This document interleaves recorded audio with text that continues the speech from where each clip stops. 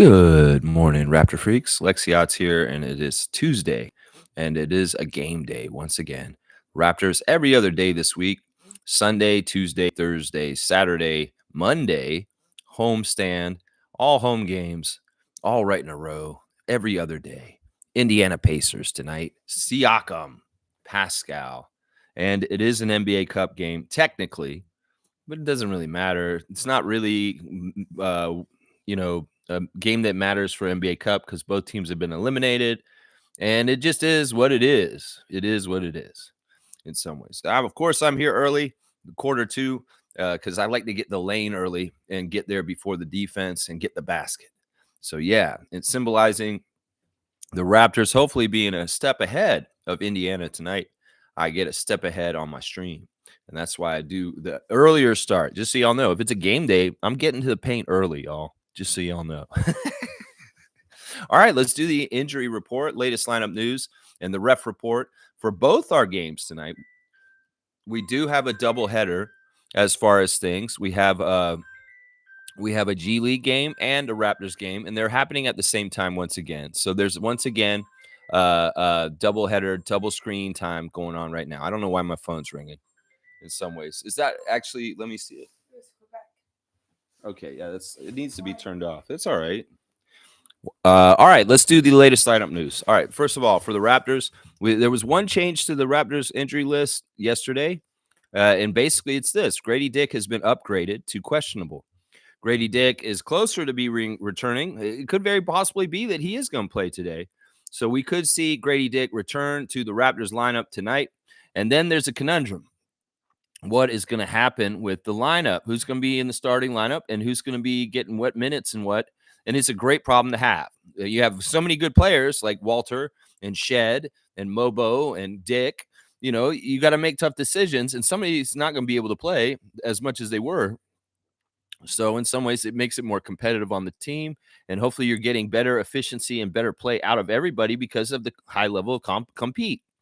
So, yeah, Grady questionable today. He's been upgraded. And, that may not mean he's going to play still, but it's closer. It's a better status for him than the one he had yesterday morning. So he's been upgraded to questionable. Fantastic stuff. Still ruled out for the game today. Kelly Olynyk, Emmanuel Quickley, and Bruce Brown. All three of them are not going to play today for sure. But Grady, there is a slither of hope that he will be playing today. We'll have to see. Yeah, so in that case, if Grady does not play, I will speculate that the Raptors starting lineup will once again be Scotty Barnes at point guard, Jacoby Walter at shooting guard, at small forward, Oshai Abaji, and the power forward, RJ Barrett. You don't say RJ Barrett's not a power forward. Have you been watching him lately? That's what I would say. He is a powerful forward. That's for sure. And Jakob Poeltl at the center, of course. Looking across the court to the other side, Rick Carlisle's team. There are some injuries still bothering them. They were very injured last time we saw them when they came to Toronto. And, well, one of the people that was missing in the first game against Indiana this year was our Canadian Andrew Nebhard. Well, here's the update on him right now. He's listed as questionable also, just like Grady Dick. It's his knee still. And so I wouldn't hold your breath that Nebhard's going to play for sure, but who knows? Coming back home and being in Canada, he may have more motivation to try and be out there. Of course, last time we played them, RJ talked some smack to him from the game, him sitting on the bench. So it could be that Andrew Nebhard is motivated to play in today's game, partly for that Team Canada rivalry. We've seen Dylan Brooks and SGA get into it this week. Well, these Canada guys love each other, and they love playing on that team for Jordy Fernandez, but it's also fun to play against each other in the NBA head-to-head and battle as Team Canada teammates. Aaron Nesmith is out. He's still weeks away from returning. It's his ankle. So we should not expect to see the bench player Aaron Nesmith for the Pacers. Ben Shepherd, their great rookie from last year, he's still out. He has a oblique problem. I don't know, oblique problem? Is that an obtuse problem or an abstract problem? An oblique problem? An oblique. Yeah, something wrong with his oblique. So he's be out for multiple weeks right now. Isaiah Jackson suffered a torn Achilles during Friday's game against the Pelicans last week, or not last week, about a month ago. So he's out. And James Wiseman is still out after his surgery to repair a torn left Achilles way back in October. So there's the injury report for the Pacers. I'm speculating that their starting lineup will be Tyrese Halliburton. Let's see, Johnny Furpey, maybe Benedict Mathurin, Pascal Siakam, Miles Turner. But who knows? Maybe they start Jerace Walker or Obi Toppin. The fifth starter will have to be figured out since Nebhardt's probably more than likely to be out. So yeah, the Pacers have not been super great since we beat them before. They've lost more games than they've won. Since we beat them, they've been 5-3. So yeah, in the last 8 games, they're 3-5. Sorry, they're 3-5 in their last 8 games. So they've been losing a lot. They're actually on a 2-game losing streak right now. They lost to Detroit and Memphis right in a row. The 3 games they've won since we played them were against Washington, New Orleans, and Portland. So they've been playing some chump teams to get wins and losing to any of the other teams recently. So they are ripe for the picking. It's like Coach Coolcat said yesterday, number one Siakam fan, keeping the pulse on the Pacers. They're ripe for the picking. And in some ways, the Pacers are weakened and very beatable. Let's just put it that way. So yeah, I feel good about tonight. I feel good about getting a 2-game home win streak right now and building with our team on things. They had an interview with Scotty Barnes yesterday at practice, talking about the trials and tribulations that they're going through right now with their team and how he sees it. They just need to continue to practice and get better at closing games out with very few mistakes. So Scotty gets the assignment. He understands in this rebuild with this young core of rookies and other people around the team that they just got to continue to learn in the school of Darko how to close out games properly so that they can beat top quality teams in this league that have high talent and a lot of experience. And the less the mistakes, the better. Lots of talk about Jonathan Mobo and his growth in the interviews yesterday also. Scotty, very, very proud of Jonathan. Very, very proud of the rookies. Speaking glowingly about RJ Barrett also, basically saying that RJ is the kind of player that can go get whatever he wants whenever he wants it, and that it's very nice to have him on your side. Yeah, Darko also in the interviews talking a lot about the different things about this team with the young core and learning and getting better. But yeah, in some ways, Scotty is saying that we are very lucky to have rookies that are ready to contribute right away. And usually rookies aren't so confident and able to do things as well as our rookies are right now. And that's been a really, really good plus for them in this at this time. All right, let's go look at the refs, guys. Our refs are very interesting today, actually. We'll start with the G League refs real quick. They're playing the Greensboro Swarm tonight, guys. Greensboro Swarm visiting Paramount Fine Food Center. They're the best team in the Eastern Division of the G League, and they are 7-1 right now. The team we're playing tonight, just so you know. So this is a game where Andrew Jones and the 905 crew could get some notoriety by beating the best team in their division right now. So hopefully they can get up for it. On the other side of the ball, we see a couple of former 905ers coming back to Mississauga tonight. Reggie Perry, the big forward, is going to be playing tonight against the 905 on the G League team for the Hornets. And then also Jalen Sims, former Raptors 905, also on the other side. Not very many players of note otherwise. Keontae Johnson also on this team for the Greensboro Swarm, 7-1, as I said. So this is a big game. The referees for this game, Chelsea Painter is the crew chief, number 66.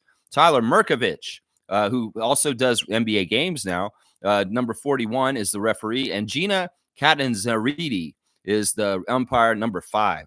Yeah, these are all regular G League refs, and we've in fact seen a few of them already. We've seen all 3 of them actually in games before already. For the Raptors in the Scotiabank Arena, Indiana Pacers in town, our crew chief is Pat Frere.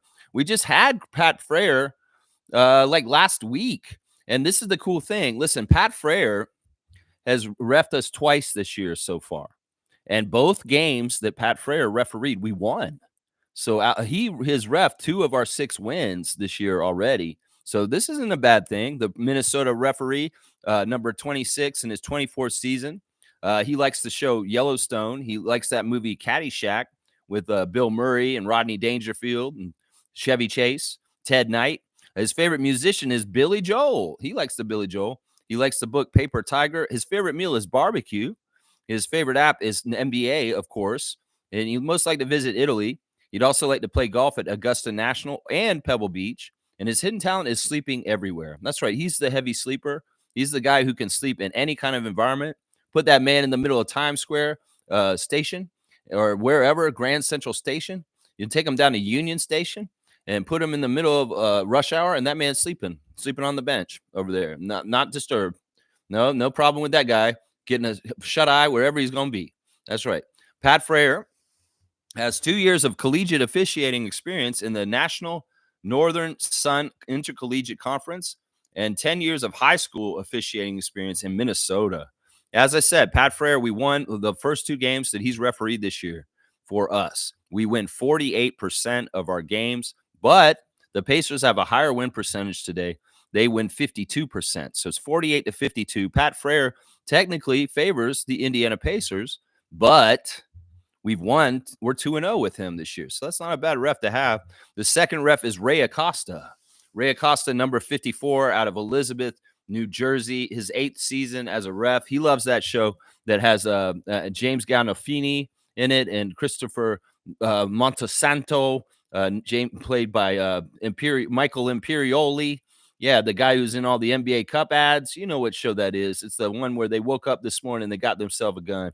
The Sopranos. That's right. This guy's a Sopranos fan. He also likes to watch Say Hello to My Little Friend, Tony Montana. And he's into Michael Jackson and his favorite artist for singing. His favorite book, Rich Dad, Poor Dad. He likes to eat anything Italian. His favorite app is Netflix. He most like to visit the Maldives. And his bucket list is to be in a shark tank surrounded by great white sharks in Australia. He also has the hidden talent of dancing. I wonder if it's just like regular dancing. Like, what kind of dancing are you doing, Ray Acosta? Are you doing any kind of like salsa or rumba, or are you break dancing, or are you country line dancing, or are you doing the moonwalk, man? I want to know. Dancing is very ambiguous. You could just be like doing Peanuts dancing, like those cartoon characters around Christmas when they do the Christmas special of Peanuts, and you see them dancing in the hall. You could be doing that kind of dancing. I don't know what kind of dancing you're doing, Ray Acosta. Ray Acosta spent 6 years as an NBA G League ref, working the All-Star game in the finals in 2017. All 3 of the refs today for the Raptors game are right around the same win percentage for the Raptors. It's amazing. They're actually all right next to each other on the spreadsheet. Ray Acosta wins 45% of the Raptors game. We win when Ray Acosta is refereeing. Meanwhile, the Pacers are 54%. So he favors the Pacers 45 to 54. We have not had Ray Acosta ref us in the regular season yet this year. He did ref a preseason game. But yeah, 45 to 54 for the Pacers with the third referee, Ray Acosta. The third ref is one of my favorite refs in the league. He's an old head ref that's been in this league for 32 seasons. From Memphis, Tennessee, it's Michael Smith, number 38. Michael Smith is one of the most down the line, real ones in refereeing. Sometimes he'll ignore you if he feels like you're out of pocket. But for the most part, he is calling it real nice. So yeah, let's talk about Michael Smith real quick. He likes the show NCIS New Orleans. His favorite movie is that one with Denzel and Ethan Hawke. You know that one I'm talking about, Training Day. Yeah, his favorite musician is Charlie Wilson. His favorite book is The President is Missing. His favorite meal is dinner. Doesn't matter what it is, just call it dinner, and it's his favorite meal. Favorite app, ESPN. He most like to visit the White House. Not this next 4 years. Don't do it now, Michael Smith. And bucket list is to skydive. That's right. Yeah. Michael Smith officiated 5 years in the Continental Basketball Association. That's how you know he's older, because he refereed in the CBA before the G League. And 8 years at the collegiate level in the Big Ten, SEC, and Conference USA. He also has 10 years of high school officiating experience. Smith refereed the 1990 McDonald's High School All-American game. That's actually a big deal. I'm trying to think who would be in that game. It'd be like Derek Coleman, Gary Payton Sr., Ramil Robinson. People like that were probably playing in that game that Michael Smith, that McDonald's All-American game, the high school game. Isn't that crazy? That really shows you his age, that this man was refereeing Gary Payton Sr. in his McDonald's All-American game. Seriously, that's crazy. I think that's the right year, what I just called out. Michael Smith wins. We win 46% of our games, so Michael Smith is refereeing. Meanwhile, the Pacers win 44%. So Michael Smith favors the Raptors, 46-44. So he's the only ref that statistically favors us. But all the refs are very close with both teams as far as the statistical. And like I said, Pat Frayer, we won 2 games in a row this year already when he's refereed us. So this is a good ref crew, guys. This is a very good ref crew. I expect a very, very well referee game tonight between Pat Frayer, Michael Smith, and Ray Acosta. So, yeah, Ray Acosta may be the most suspicious of these 3 refs. As far as things, Pat Frayer and Michael Smith are 2 of the top refs in this league. Seriously. They're no nonsense, and they don't play favorites. In some ways, they don't do the golden boy shit that the league likes to do with people like Doncic and LeBron and Jason Tatum. No, they don't fall in those traps. These guys are referees that call it the way it is. And in some ways, they ain't looking at who you are. They're looking at what the play is and what the things are going on. And they're not considering who you are. Yeah, I knew that when I saw Pat Frayer threw LeBron James out of a game once. When he threw LeBron out, I was like, yeah, you're a badass, Pat Frayer. Because in some ways, the NBA doesn't want you to do that. But you did it anyway because you knew it was right. That's awesome. I love that. All right, let's see what y'all are saying in the chat. Thanks you for being here at 9:30 for the stream. That's right. Trevor's saying life is too short to be anything but happy. So let go of overthinking, negativity, and gossip. Be with people who care and are always there. Boom goes the dynamite. I like that. That's such a nice word of wisdom. Life is too short to be anything but happy. That's right. We make a choice every day of what mood we're going to be in. If you want to get up and be crusty and crabby and grouchy and grumpy, well, you can be that. That's your choice. You want to get up in the morning and sun shining and feel that in your heart and beam it out in your life. You can do that too. It's all up to you. And you know what? And it's crazy because it is true. Whatever you put out, you get back. So if you're going to put out that other stuff, well, you might get that back. So put out good stuff. How about that? That's the way to do it. Thank you, Trevor, for your words of wisdom. I think that's awesome, man. That's awesome. Let go of overthinking, negativity, and gossip. There you go. Be with people who care and are always there. I like that. That kind of rhymes right there. Be with people who care and they're always there. I like that. Trevor's also saying happy game day. Let's go Raptors and bring that W. There you go. He's checking in the emoticons. The emoticon check. There's RJ, Emmanuel, Scotty, Garrett, Jamal, and Darko. And the spray paint can. That's right. Trevor J saying Scotty, Mobo, and Darko practice interview was very interesting. Yeah, a lot of focus on Mobo's growth as a person and a player. Jonathan talking about, the growth spurt that he had and the things that he went through in different stages of his development coming to the NBA, playing for so many different teams and university.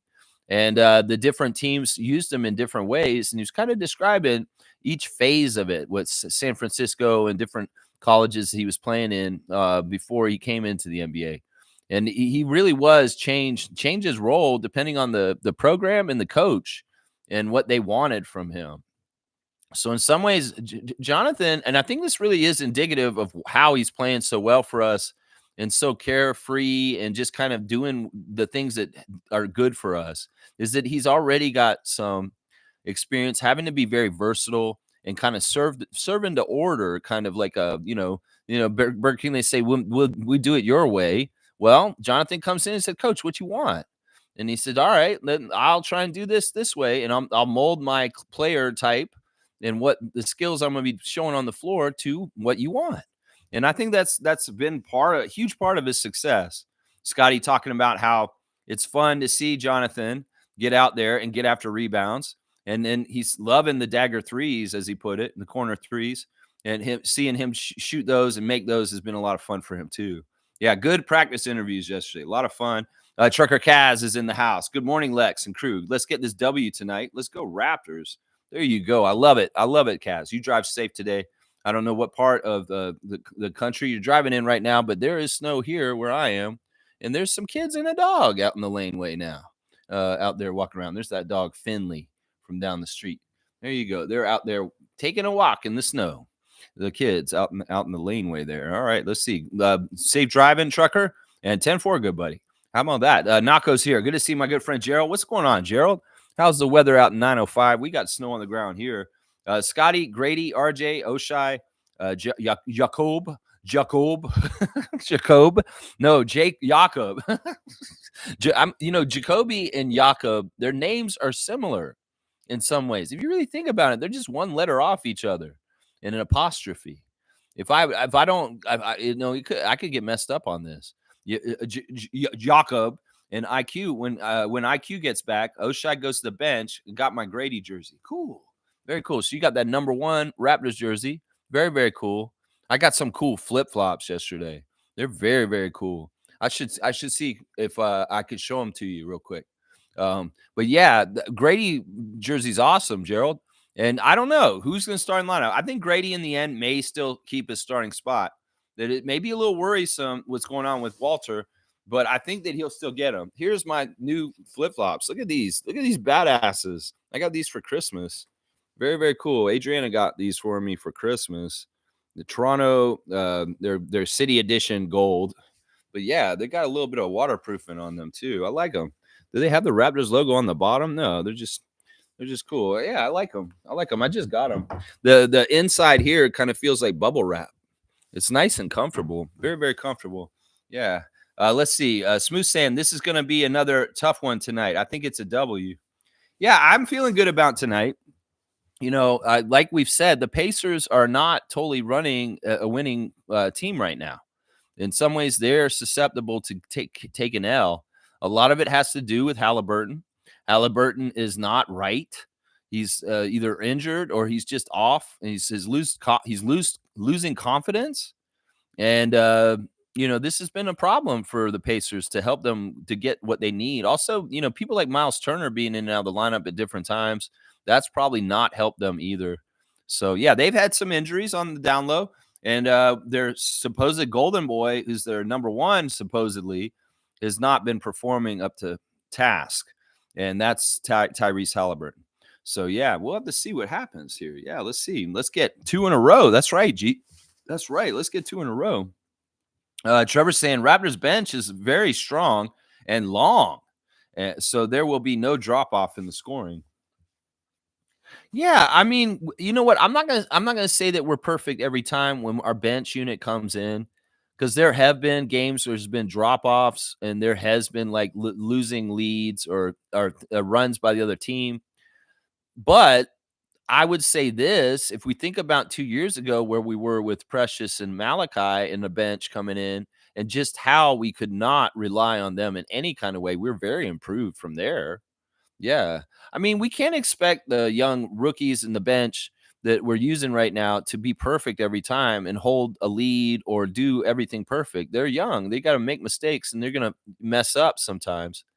But quite often they do come in and there's no letdown, like Trevor's saying, that they are cohesively keeping the level of excellence in the play continuing when we go to bench players.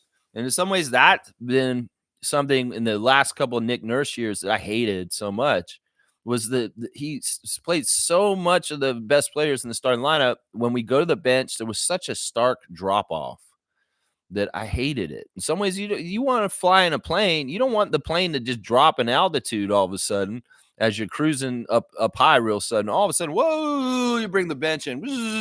I'm like, whoa, why is the oxygen mask falling out of the ceiling?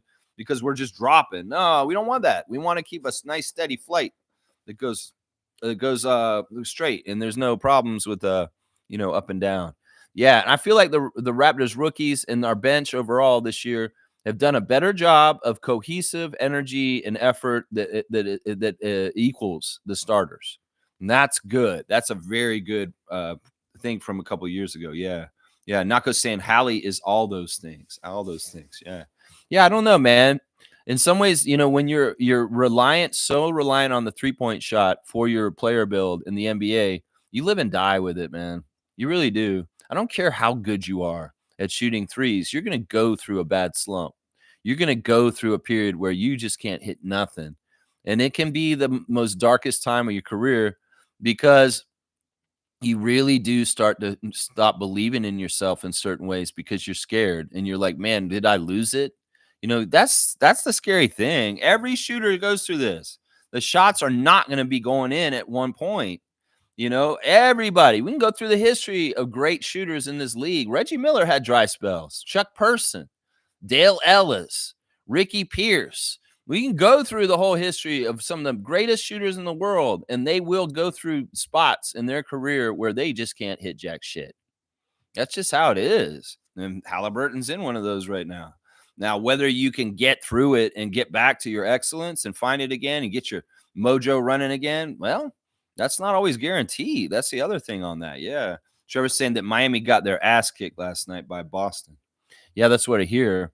And Jimmy didn't play. So Jimmy is really out now from our game. That he re-injured himself, and he did not take the floor and help the Miami Heat last night because he was an injury scratch. And yeah, the Celtics took care of business. I mean, come on, we kind of buttered them up for him. Celtics, you're welcome. We tired them out. We had them go through a really tough loss against us the night before, and then we sent them to Boston, and y'all took care of them again the next night. I don't know. Boston, did you play on Sunday? In some ways, I feel bad for Miami, and I wish they had beat you, is what I say on that. That's right. That's right. That's what I'm saying. That's right. Let's see. G saying, I'm in Toronto and there's no snow. Yeah, I'm north. And yeah, we got good snow out here. It's not anything crazy. It's like maybe a half foot of snow out here. It's nice. It looks pretty. It's on all the evergreen trees. You know how trees, pine trees and fir trees can get covered with a dusting of snow on their long branches. It's just pretty. It's pretty. Of course, it's like we don't have a lot of people out here, so there's no city like piss and dirt all over like the snow from the road and stuff like that. No, it's just beautiful, pristine, pure white snow that has not got yellow and smog and you know what I'm talking about, city snow. It looks good out there. It's good. I'm glad that you don't have snow down there though. Yeah, y'all don't need it in the city. Y'all are in your own climate, and in some ways the city's too hot for snow. That's right. Nako saying Holly is young, so there's hope. There's a lot of hope. I'm not saying he's done. He's just in one of those slumps, man. And it may be the first real long one or big one of his young career. And that's challenging. That's challenging. It's a mental thing. In some ways, you really got to go through it mentally to try and figure out your way to the other side. I don't want him doing nothing tonight to get back right.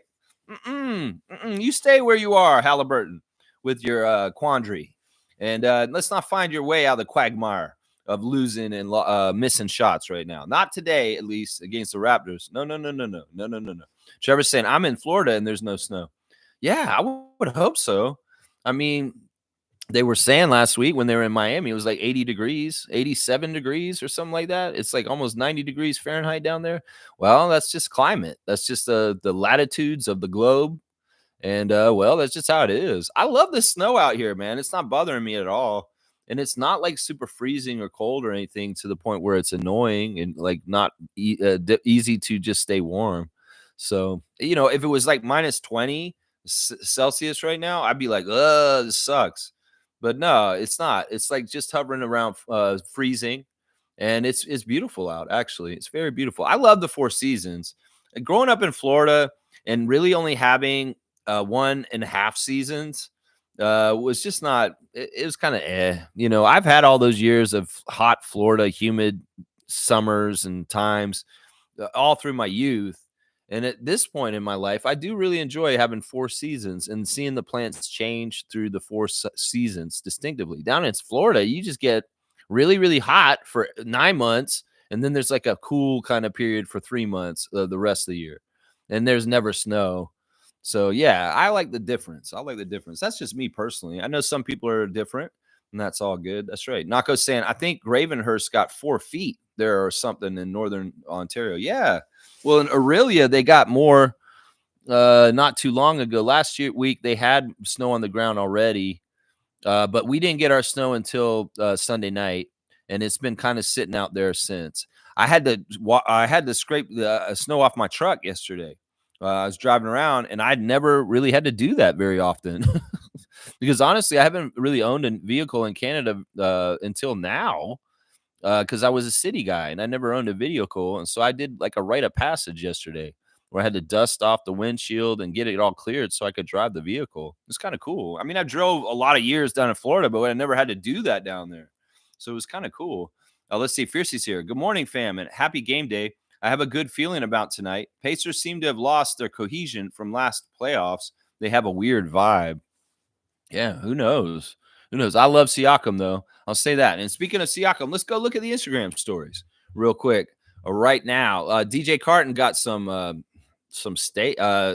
lobster tail, looks like, and some scallops and some green beans, a chef's kiss. All right, DJ Carton, living that life with a beautiful lobster tail and scallops dinner. Man, why are you doing this to me, man? I want to get a lobster tail now. I'm looking at yours. All right, Siakam. Let's look at Siakam because he's got pictures from Toronto because he's been in Toronto before today's game doing stuff. He says it's always nice to be back in Toronto. And since he still has his PS43 foundation, he did an event yesterday at Humber College with his data doers or something like that. These little kids, they gave laptops to, and he's trying to encourage underserved youth by giving them good computers and equipment so that they can be better in school and have better utility and things. So it's a great cause.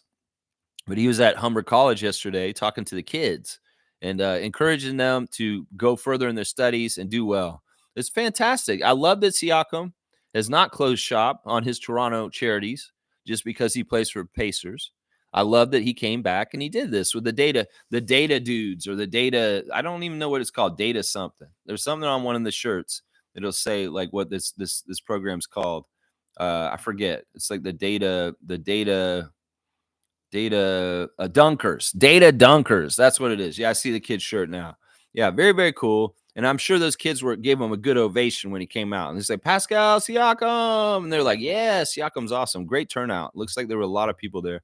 And Norman Powell still got Understand the Grind gear on Cyber Monday sales. So there are some codes you can use, Cyber 40, if you want to get some Understand the Grind Norman Powell fitness gear. And there's a quote that's saying, we got dogs. Okay. Him and James Harden at the interview table. These guys are dogs. Yeah. I mean, Norman is for sure. And James Harden is a dog, I guess, in some ways. I don't know. James Harden is James Harden. Let's just put it that way. I don't know if the animal is a dog. Let's just put it that way. Oh, there's Norman looking cool coming in the game with some sunglasses, all in black. And yeah, just good stuff from Norman on the West Coast. Jamal Shed celebrating Jamison Battle with a picture of him making a shot and calling him a shooter. That's right. And there he is also celebrating a guy who's playing on another team. I'm not even sure who that is. That's Grimes. I'm not sure which Grimes. Garrett Temple is posted another very political Instagram story of a professor talking about white colonists coming from Europe. He said Europeans. That's the right term. Europeans coming from Europe to North America and basically wiping out and massacring the indigenous people on this continent and being real about it. That like the horrific travesties of the settlers, the colonialists, the white settlers. Well, I should say European settlers that came across and how they genocided the native people that were here already. And so this is a big topic. Garrett's been posting about this a couple times recently, and it could very well be that in some ways Garrett was inspired or some ways by some of the activities the Raptors do. Like we've talked to indigenous groups and done a lot of events where they've had speakers come in and talk about reconciliation and things like that. And Garrett's using his platform to promote information and things about the truth about Europeans coming to this continent. And this is a very, very interesting, heavy topic. And in some ways, people don't want to look at it or admit it or talk about it, but it's just the damn truth. And Garrett Temple's putting that out there. And in some ways, he's just saying it's facts. It's facts. That's right. Bruno Fernando has Garrett Temple's son, and he's playing with him before the game. That's pretty cool. Let's see. Jonathan Mobo showing highlights of somebody playing in USA League or something. I don't know. It's probably an old teammate or something. Slim Duck has got Robert Downey Jr. on his Instagram stories from a movie. I'm not sure what movie that is. and what his reference is exactly. He's dancing, so he must be happy. Yeah, Slim Duck's he's reposted Jamison Battle's picture of him battle time. He's also reposted Jacoby once again. So he's all about his rookies and teaching them and getting them better. He's posted Kai Cenat. Interesting, some sort of Kai Cenat, the streamer, his a clip of him on his stream.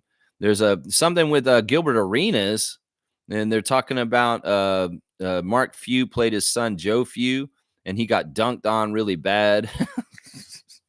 I don't know what that's about right there. And then there's a nice picture. Grady posted this yesterday, and Chris reposted it. It's a picture at a party, and it's got a couple people that aren't Raptors, but also Grady, Bruce Brown, and Chris are there. And Chris reposted it also. And let's see, there's a advertisement for the Bell's show, the Chris Boucher story, Grind Now, Shine Later. Very, very cool. And then let's see, what else has he got? Oh, there's DeMar DeRozan has signed copies of his book, Above the Noise, are available from Barnes & Noble, available while supplies last. If you go on barnesandnoble.com, you can search Above the Noise with his signature on it, and you can order it. You can get one like the copy that I got from David, which was fantastic. Thank you again, Commissioner of Trivia David Saborin, for getting a signed Above the Noise copy from DeMar DeRozan. Well, you guys can get one too, even though you weren't at the signing, because they have them for sale, limited supplies until they last, and you can get on there. Raptors have got all kinds of crazy stuff on their official admin. There's a Cyber Monday sale up to 50% off on tickets and other stuff like gear. And 12 draws of giving presented by Jackpot City. They've got like 12 days of giving away stuff coming up right now. It looks like Uber Eats gift cards, gas cards, prizes, Real Sports apparel gift card, Air Canada voucher. Very interesting. Over $10,000 worth of prizes. So keep paying attention to Raptors official admin. They're giving away giveaways in the holiday season right now. That's what's going on there. There they posted Jacoby, Jameson, and other good stuff. There's Davion with the chain, and it's game day, 7:30 tonight. Raptors and Pacers, NBA Cup, Emirates Cup coming up right now. Now we found out that the 3 games for 9:05 this week, starting with tonight against Greensboro Swarm, the game on Friday, and then the game on Sunday that we're supposed to go to. Everybody hopefully can come down there to Paramount 5 Food Center on Sunday, 2 p.m. against Westchester Knicks. They're having drives, and they've separated them. The one for today is a food drive.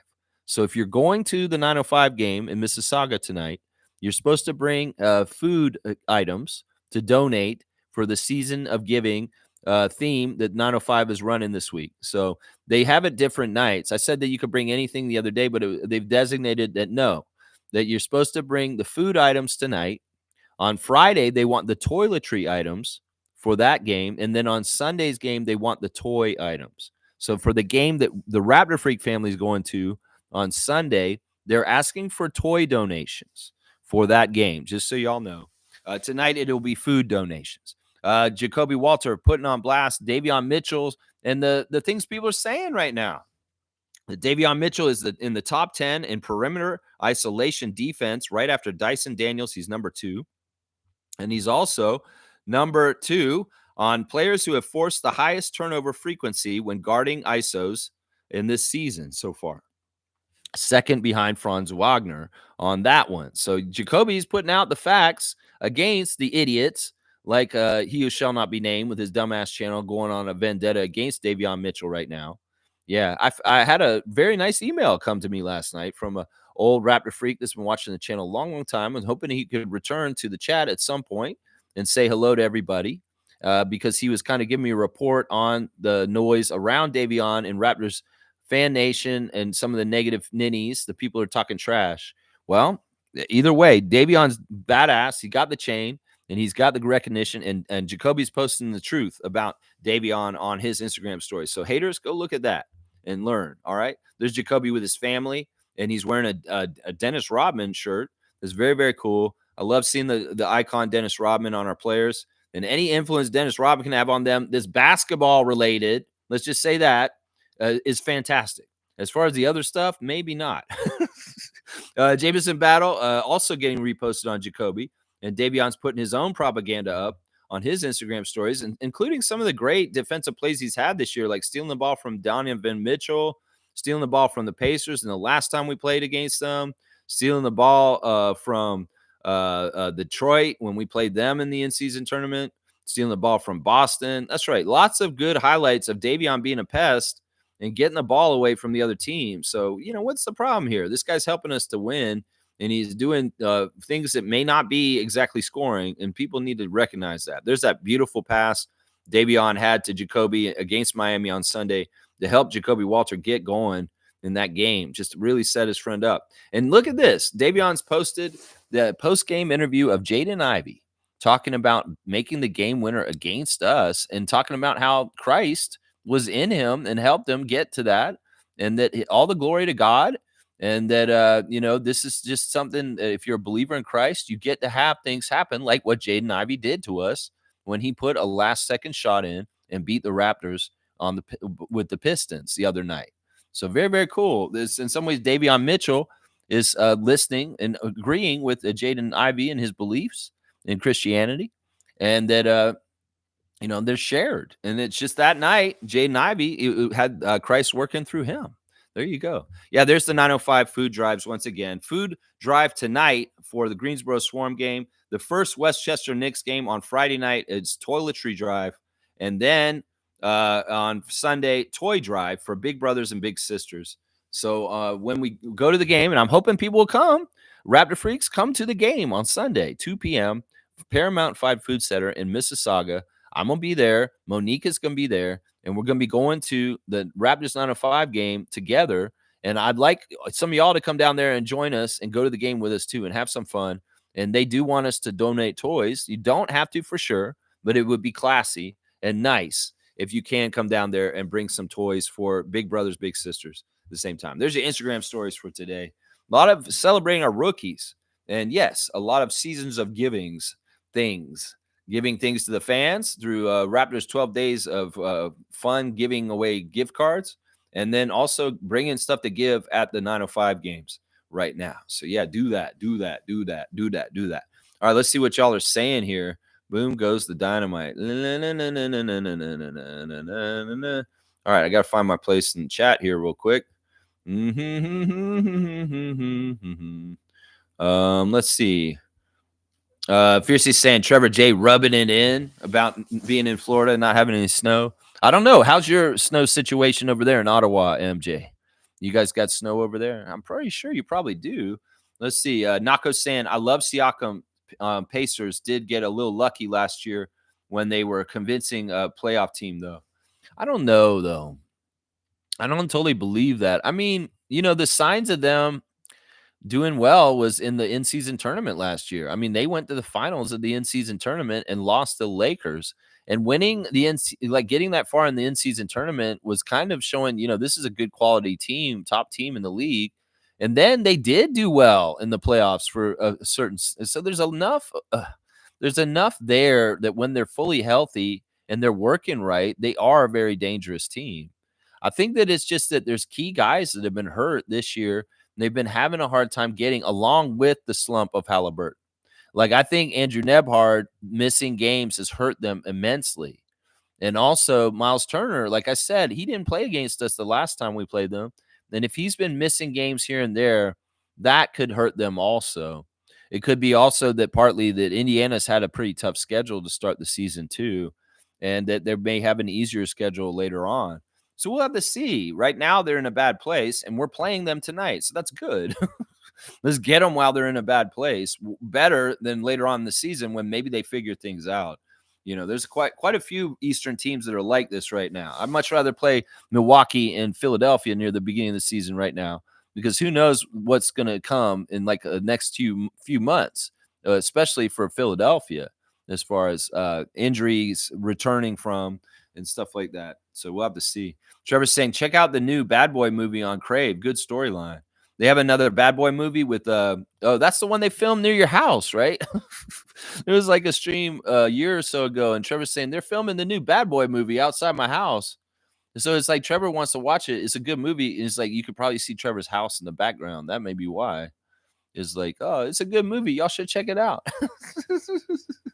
Yeah, that's the same movie, right? You were saying they were filming it outside like a year or so ago.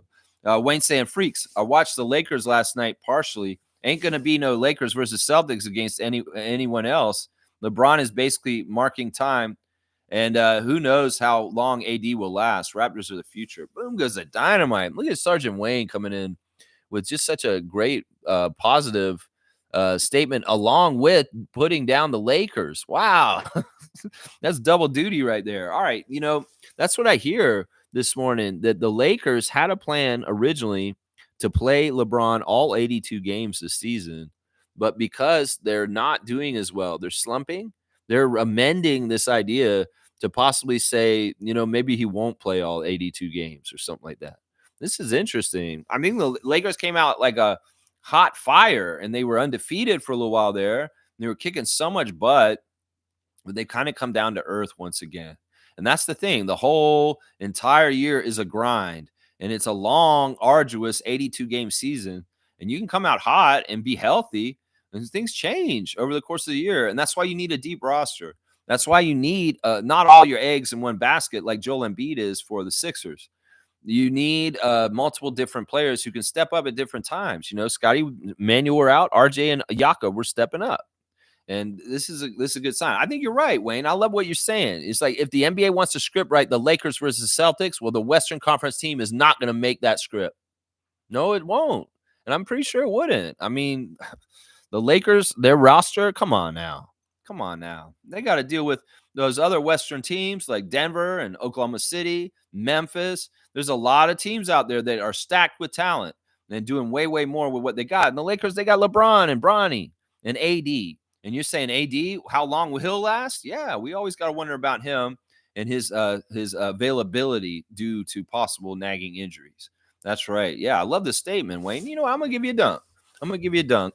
Because in some ways, you know what? You're right. We are the future. And we can see it in the games we're watching right now.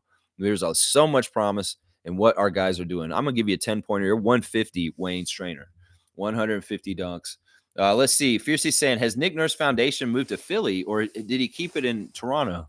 No, he kept it here. Some of it. I think that he's all over. Let's just put it this way. Nick Nurse has done his foundation in Iowa. He's done it in Philadelphia already too. But I think he did still do an event here in Toronto this summer. That he did come back and he did a Nick Nurse Foundation thing here because he has part of it set up here. And but I'm pretty sure he did the golf tournament that he usually does, not here. He did it in Iowa this summer. And Kyle came back again and was in it, of course. And the last time he did it in Toronto, Dr. J was at it, and Kyle Lowry. So yeah, he's still doing Nick Nurse Foundation work in Canada. Yes, he is. If that's your question, it's just he's all over. He does it in Philly too. He does it in Iowa, back where he's from too.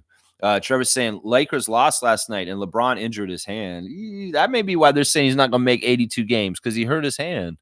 Fiercely saying agreed it with Wayne. The Lakers were back to doing Laker things. LeBron only had 10 points. AD and the crew were cold except for D'Lo. And Koloko playing garbage time in the fourth and looked meh, was posterized. Yeah, that's interesting. I saw y'all in the comments in our Facebook chat talking about Koloko getting into the game last night for the Lakers late in garbage time and not looking good at all.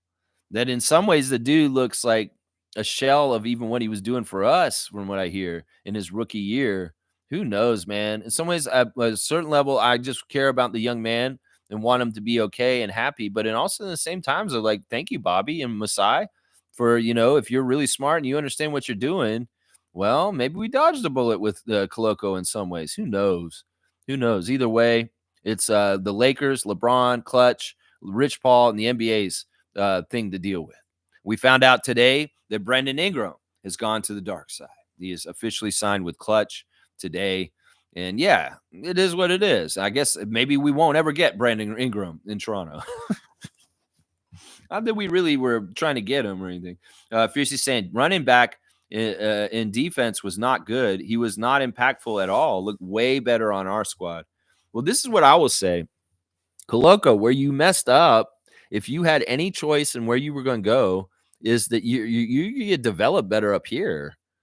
This is the thing. There's a lot of NBA teams that do not develop players well. They really don't. They're the kind of teams that kind of like want to get players that are already kind of been built up by another team, and they just want to build from like they're already came in more complete.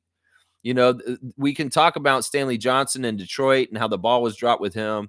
There's many players that the Lakers have not developed correctly that were young that came there. And in some ways that's what I warned about when Koloko was making this decision when he was about to get cleared to come back, that you don't want to go to the Lakers because your development will be stifled.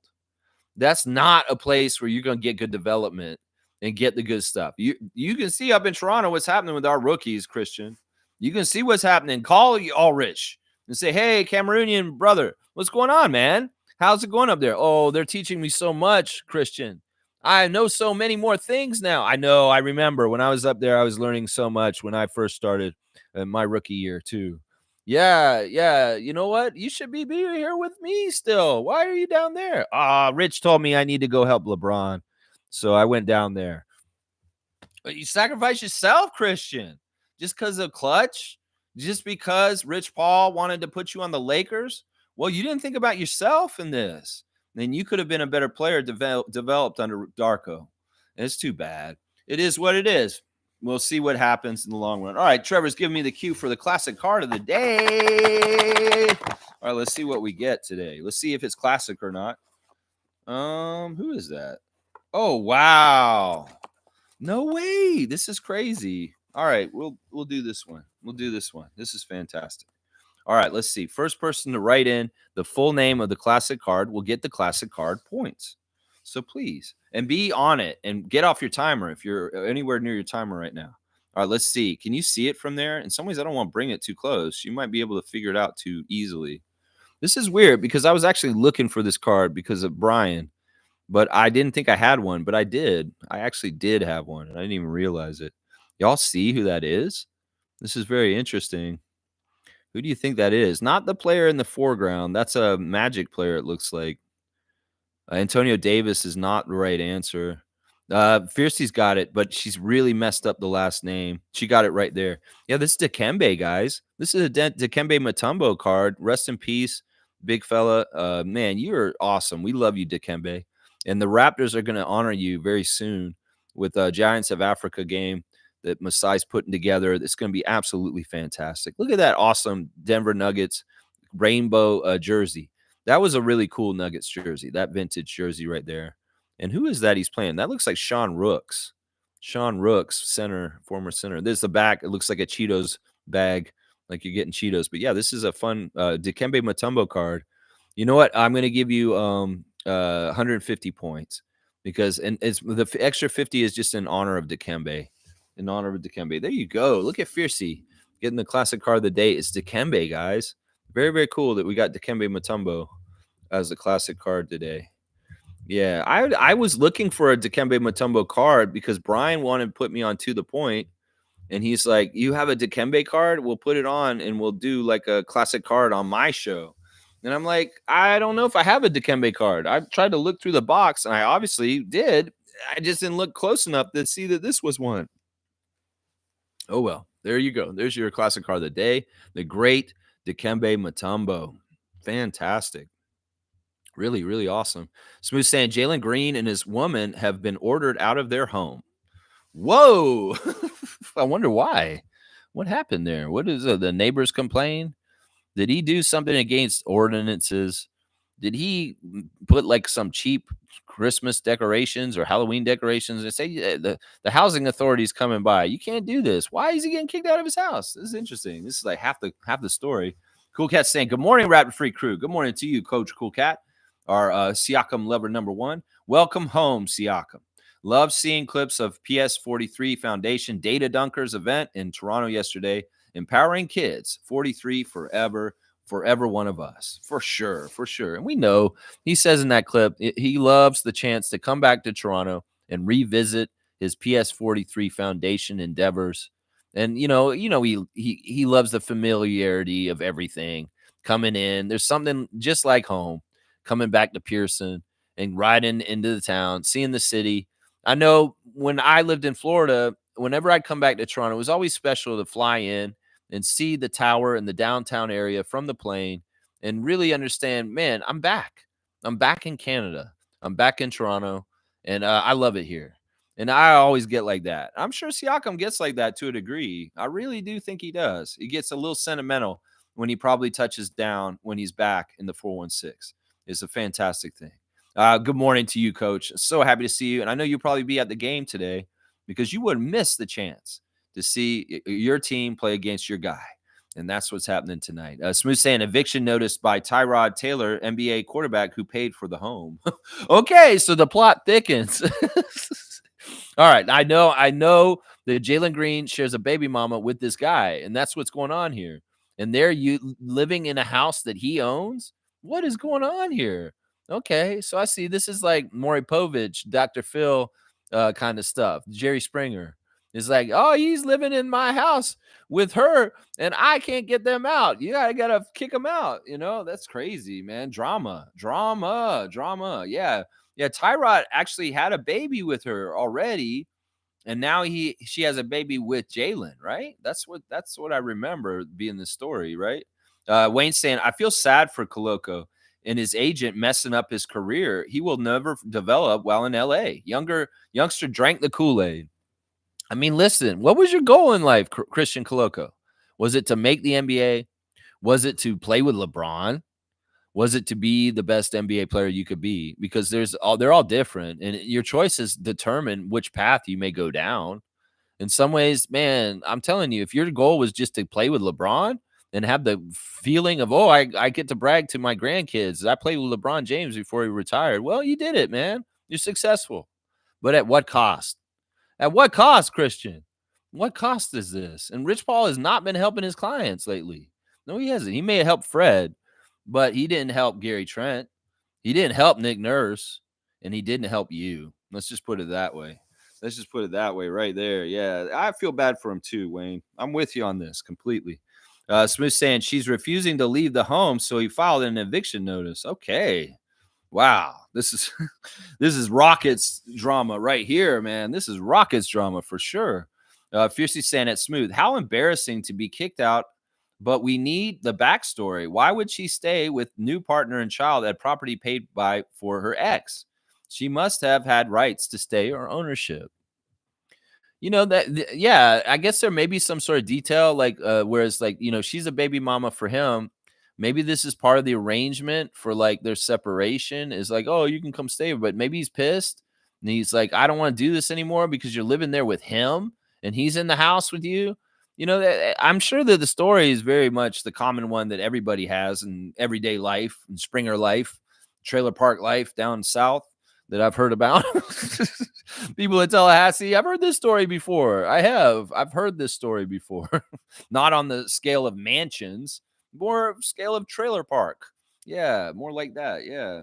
I don't know. In some ways, the details are, the story itself is kind of interesting, but I don't need all the gory details and to know the exact truth.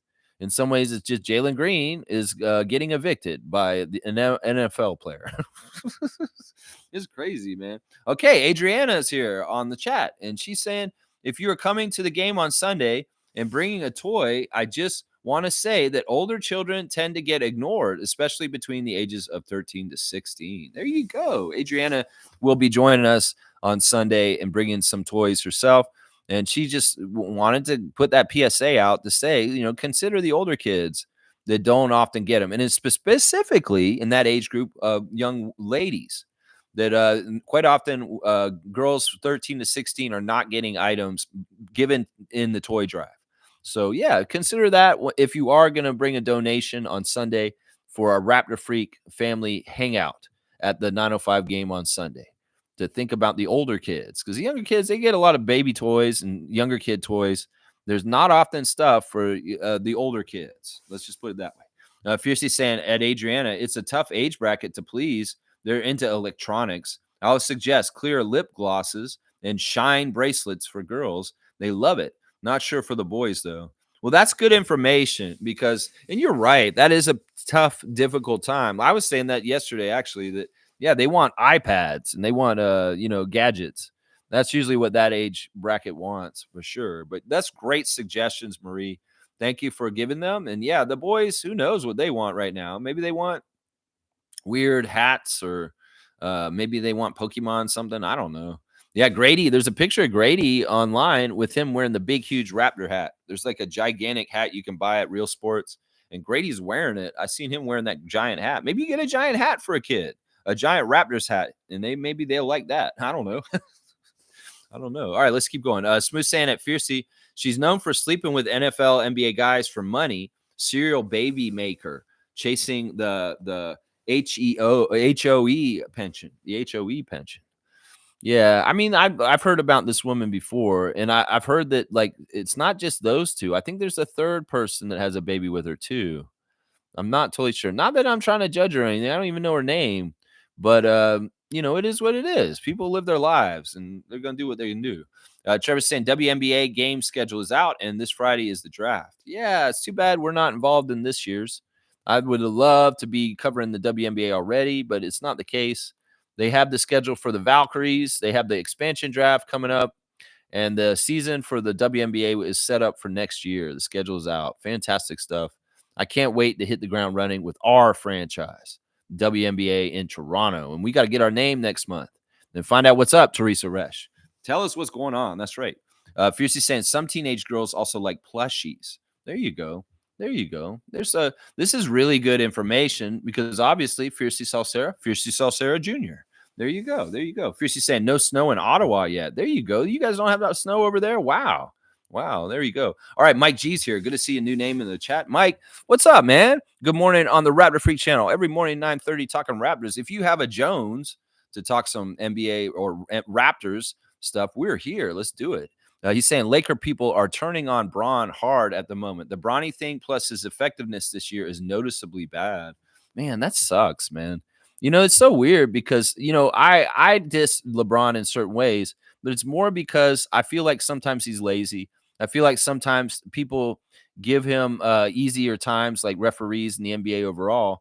But I also still very much respect and think that LeBron is one of the greatest players of all time. And what he's done is absolutely insanely amazing.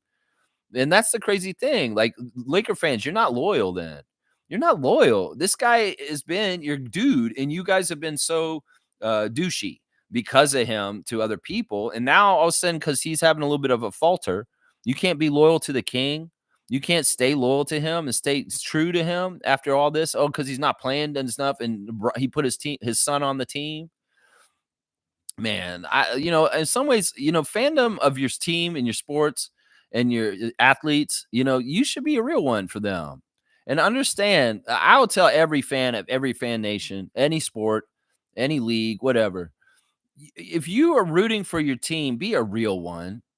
Don't be a turncoat. Don't be a fair weather fan. Don't be the kind of person that says, I don't root for you because you're losing. You're on a 10-game losing streak. I've stopped watching you. I don't have anything to do with you. I've disassociated. I am not a Raptors fan this year. They're 6-15. Hell no, I'm not a fan of theirs. They're losers. I don't want to get the stink of loser on me. Whether you're an individual player fan, you say, I'm a Scotty Barnes fan. Scotty Barnes has a little bit of a slump. Yeah, no, Scotty's not my guy anymore. I don't like him. What are you, man? You're a turncoat. You're an easy fan. You just are going for the easy shit. And you don't want to go through the hard stuff. I say, if you're a fan, be a fan, true and true. Lakers fans, don't do this to LeBron. It's a bad look. And you guys are the guys who look bad for it. Seriously. That's what I say about that. Mike, thanks for coming in with the comment. And I hope I see you some more. Anytime in the morning, man. Come on in and talk Raptors with us, man. Trevor's saying, run it back Philly, and Sixers keep on hiring dumb coaches. Running back Philly saying that? Said that the Sixers keep on hiring dumb coaches. Yeah, they've turned on Nick. I saw a little clip of Run It Back Philly, which is very much something like me in some ways. There's a YouTube channel like me, and they're talking Philadelphia Sixers and stuff like that. And so they've turned on Nick. They've turned on him. That's crazy. In some ways, I get it. I get it. You guys aren't getting exactly what you thought, right? Y'all thought you were getting the championship coach of the Raptors. Y'all thought you were getting some genius that's a madman on defense. Well, you did. You got all that. But you got to understand your parameters and settings of your team right now are not conducive for him to be successful. So you can get mad at him all you want, say he's a dumb coach, he's not a good coach. Well, in some ways, it's your problem is actually Daryl Morey. It's not Nick Nurse. It's not Nick Nurse. Your problem is Daryl Morey, y'all. And you can keep fooling yourself and thinking, is there were people coming in here, Philly fans coming in here saying Daryl Morey was one of the greatest GMs or team presidents in the whole entire league? And I laughed at them. I was like, what are you talking about?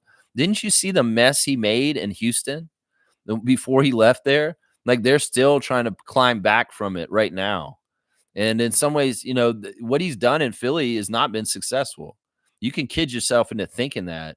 What, stealing the Raptors coach, having a big dummy named Joel Embiid on the team? These aren't success stories. You guys have not gotten anywhere in the playoffs. And in some ways, you're wasting an amazing talent like Tyrese Maxey.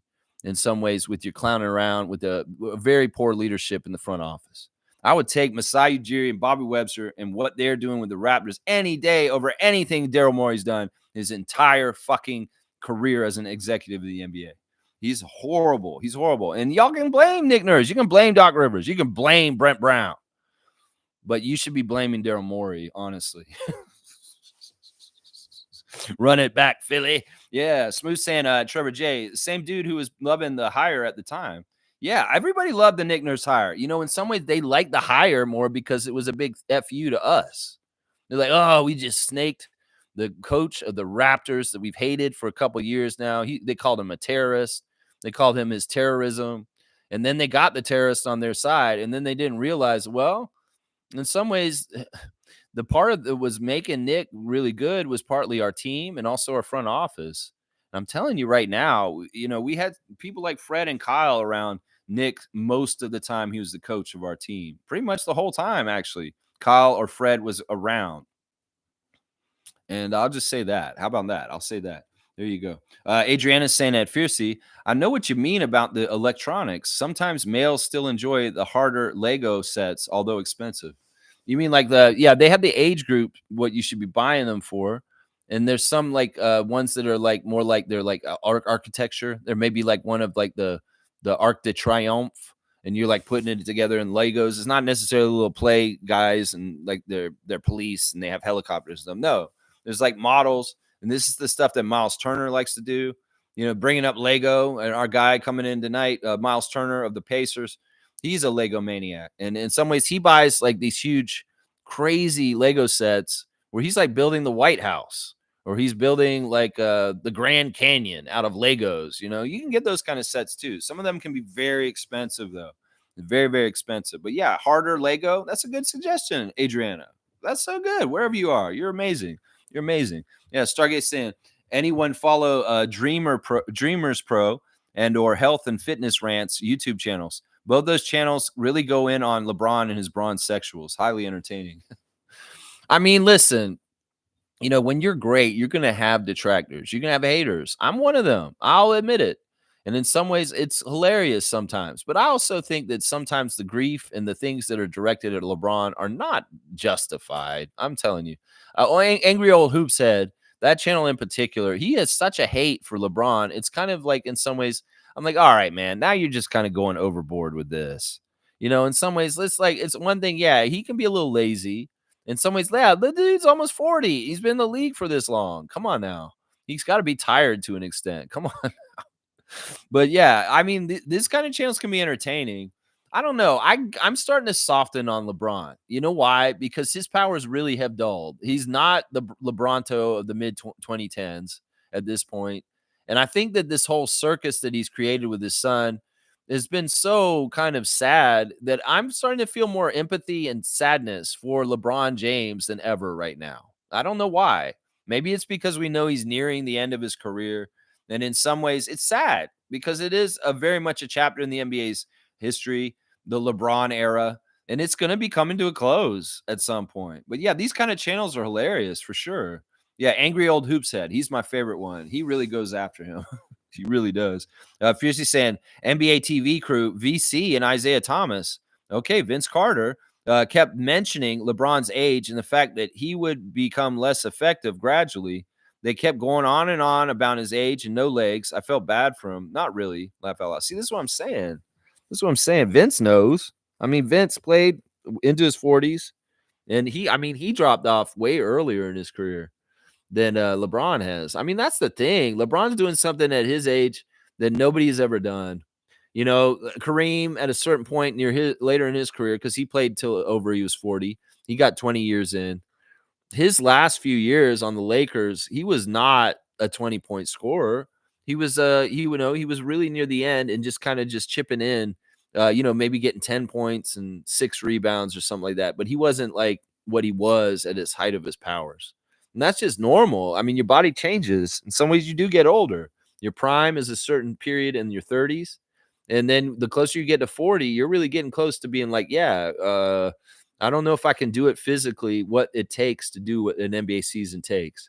And that may be what LeBron's hitting right now, is he's really hitting that. In some ways, he hadn't hit it.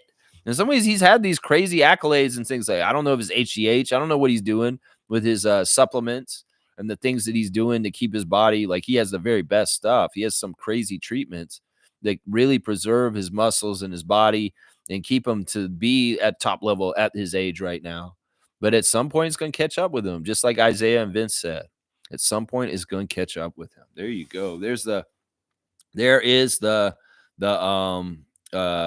classic card answers. Very good job getting Dikembe Mutombo today, Fiercey. I'm really happy about this, man. What a weird card, too. Like, he's kind of like blocking the ball, or what did he do? He's throwing a pass, maybe like that.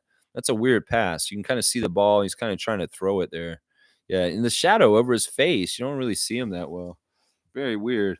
Let's see. All right, Cool Cat saying, wait, hang on. Cool Cat saying Koloko was waived by the Raptors. Lakers was the team that gambled and signed him before getting health clearance. Was 2 to 3 months. He needs an NBA play check, so accept who wants you. Yeah, I mean, I get all that. I still don't know how much this has all been finagled and like away from Masai. Because in some ways, there was a period of time where Masai was acting like he was getting cheated and he was mad. Like, there was a period of time where Masai had mad energy because he felt like there were things that were not in his control that were unfair. And I think Scalocco was number one on that list near the top in the last year or so. The fact that they would not give us exemptions with injury exemptions to keep him on our roster and keep him around, and we had to waive him. There's something fishy about that. There's something fishy about that. There's something that wasn't exactly voluntary. Let's just put it that way. I'm not totally sure about the whole reason why we waived him. I mean, obviously, at that point in time, we had just traded Siakam. At that point in time, we had a very injured team that we needed all the live bodies to make a roster to play in NBA games. And then maybe having Koloko in such a dubious position with the fitness to play panel, they couldn't afford to have that spot held up because were having a hard enough time just filling the roster out by bringing up people like Mohamedou Gay and Javon Freeman Liberty. Think about what was going on in that period of the season, and that we needed all live bodies. And if there was no end in sight with Christian, they had to make a tough decision and waive him. Man, in some ways, though, the option for him to re-sign with us was probably there again. They said that he could still re-sign with the Raptors.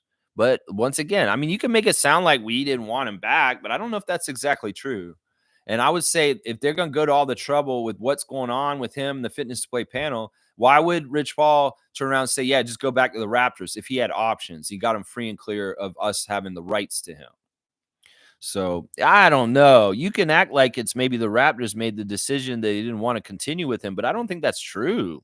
I don't think that's true. I think that the circumstances and things led to this, but in some ways, Masai's vision had Koloko in mind with us the whole time, but he lost him. He lost him. He lost him in some ways. And I think that a lot of the decision was made by Koloko himself and Rich Paul. It wasn't about Masai and what they wanted. It's that Rich Paul was like, yeah, we're going to bring him to LeBron, of course, because the Lakers need more centers. And we've seen, I can get really conspiracy theory and say the NBA did not like Christian Coloco's blocking shots for the Raptors his rookie year. So they called a lot of fouls on him instead of block shots. They saw the force that he was becoming. He had a Wemby effect to a degree, as far as people would not come near him in the lane. If he was playing in the game, he was that kind of effect. He did have a real effect. And in some ways, that's a very powerful thing to have in the NBA, a player like Wembanyama that really doesn't allow people to attack the basket when he's facing them that way. And Koloko was like that. He's one of the few guys in the league with that kind of length and agility that can be like Victor on defense like that. And it could very well be that in some ways, conspiracy theorists than me is saying that the NBA had to funnel him away from us because that's just too powerful for us to have in developing and bringing up in our squad. That's how I felt about it, honestly. It's crazy. Cool Cat saying, rest in peace to Kembe. Giants of Africa night will sure be special. Yeah. Yeah, it's great that Masai gets to celebrate his heroes. And Mandela obviously always gets celebrated at Giants of Africa. But this year, Mutombo will be in the center of attention and very, very honoring that great NBA Hall of Famer that passed away earlier this year. Yeah. Fiercely saying, yes, Adriana, Legos is a great idea. There you go. Yeah. Cool Cat is saying Siakam lives here. It's his home. He is the only player so far that has made Canada his home. I don't know if that's true. You can't say that. You can't say that. There's been many Raptors players that have made Canada their home afterwards. You may be shocked to find out how many players actually do still have residences here and are still doing that. Like Amir Johnson, he basically lived in Toronto the whole time he was here. He was here the whole offseason. He would leave. After he left teams, maybe he did lose his house and left away. But I don't know. I mean, in some ways, there's probably somebody out there that was in the 30 years of the Raptors history that kept the house here and still has it to this day. I'm sure there's few. There's quite a few. There's very cool footage of while Miami was here in town, Jimmy Butler went to Kyle Lowry Way. Yeah, do y'all know where Kyle Lowry Way is? I went there. It's over near Eglinton and Don Mills. It's right north of the Science Center. If you go just north of Eglinton, up Don Mills, and you take a left, Kyle Lowry Road is right there. Well, apparently Jimmy Butler, while he was in town this weekend with the Miami Heat, wanted to go see Kyle Lowry Way, Kyle Lowry Road, and he showed that he was there. That is such a cool, special thing still, and that's the kind of stuff that really does bond a player with the city. Just like Siakam with us. Well, Lowry, you got a road named after you in Toronto. And I mean, that's got to mean something. Vince is freaking out because he's got a plane. Vince is freaking out because he's got a logo. Well, Kyle, you have a road, man. And in some ways, I would say Kyle Lowry Road, in some ways, is a bigger honoring thing than anything we did for Vince Carter, other than maybe the jersey retirement. Yeah, you getting a plane? Okay, that's great, Vince. But do you have a road, bro? Do you have a road? His logo thing, I'm still kind of like, yeah, you can't say that's your logo, man. I mean, I know it's your dunk and everything, but in some ways, it's a Raptor logo celebrating 30 years of Raptors, and we're celebrating you with an emphasis. So we made it your dunk. In some ways, I look at it that way. It's the Raptor, bro, doing your dunk is what it is. All right, let's keep going. Let's see. Cool Cat saying Scotty might be the next player to make Canada's home, especially after starting a family here. Yeah, I could see this. I mean, the condo project that he has at Bathurst, right south of Queen, they're building that building, and he's supposed to be living in it when they finish it. That he will have the penthouse in the building, and he helped design the games room, and he helped design parts of the condo. Like, that's how much he's invested in this project. I haven't heard much about that project since. Hopefully it's still continuing and didn't fall through, because it sounded like such a great project. And one of the great things about it is that it really does tie him to our city even more closely. Yeah, it's interesting. Scotty's bond with Canada is very strong. When we watch the game and before the game when they're doing the anthems, RJ's singing the anthem for sure, being from Mississauga. But Scotty still says the anthem to a degree also. And he was singing our anthem. So he's bonding. He's bonding with this country. Oh, that's for sure. Fiercely saying, enjoy the game tonight, Cool Cat, if you go. I'm pretty sure she's going. I know she went to the last Indiana game. And, I'm pretty sure she's probably going tonight. Stargate is saying, I believe Koloko is being given some other outside of basketball incentive to join Clutch, because for the life of me, I can't see why a young player like him in his situation would sign with them. I don't know what it is, but Clutch seems to be trying to get, because they're with Ulrich too, right? Ulrich is Clutch, guys. That's a little worrisome to me. Shamshay is a Clutch client. And maybe there's some sort of like Clutch Cameroon connection. In some ways, like maybe Rich Paul saw Siakam and Joel come in and they're like, man, I want to get Cameroonians when they come into the league. And he's jumped on Koloko and Shamshe in the last couple years. I don't know. In some ways, I mean, look, you get approached. You're a young man from another country. You get approached by the agent of LeBron James and say, "Yeah, I want to represent you." You get a little starstruck. I'll bet. I'll bet you get a little starstruck, and that is actually probably something that Clutch has used to their advantage. The LeBron connection to get clients and to get people to come and sign with them. That's what I say right there.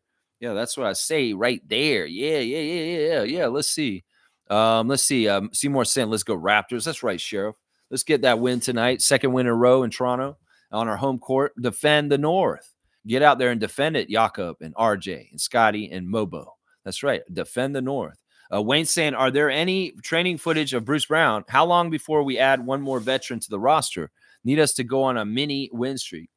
Well, Bruce is not totally ready, but he's very close.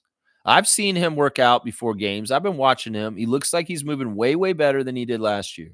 Last year, he looked like he had a gimpy leg. He really did. He was dragging one long leg around because that knee. And, well, it's healed. He does look like he's way better mobile. And the stuff I've seen in pregame shoot around in the arena on the feed has looked real good. It looks like he's moving way, way better than he did last year when he played for us. So I'm very optimistic that Bruce Brown is going to have an impact on the team that we may not have foreseen.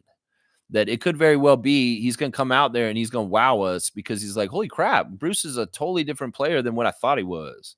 So I can see that happening when he comes back. But I want him to come back today. I want to surprise us and say Bruce Brown is back against his former team, the Indiana Pacers, tonight. That would be fantastic. If not tonight, well, come on. Let's get him for Oklahoma City. That's right, y'all. We're playing the Thunder in 2 days. SGA and the guys are coming to play Toronto in Toronto. That'll be exciting. That'll be a tough game. That'll be a tough game for sure. So we need to win this one tonight. And then who knows? We got to maybe we're going to play the Thunder and see if we can make 3 in a row. Well, we got to win the one tonight first. Yeah, it's going to be interesting. Mike is logical. Okay, that makes total sense. Mike G, welcome to the chat. Never met you before. Hi, nice to meet you, Mike G. It's Mike using another account, which is Logical Raptors Fanatic. Project Truth always. Tell me who you are. You're on his computer. Okay, you're on your computer. Seymour saying, do we keep Bruce or is he still getting shopped? Well, this is the thing. Let's see what happens. In some ways, we put him out there, Seymour. We see how he melds with our team, whether he's fitting in.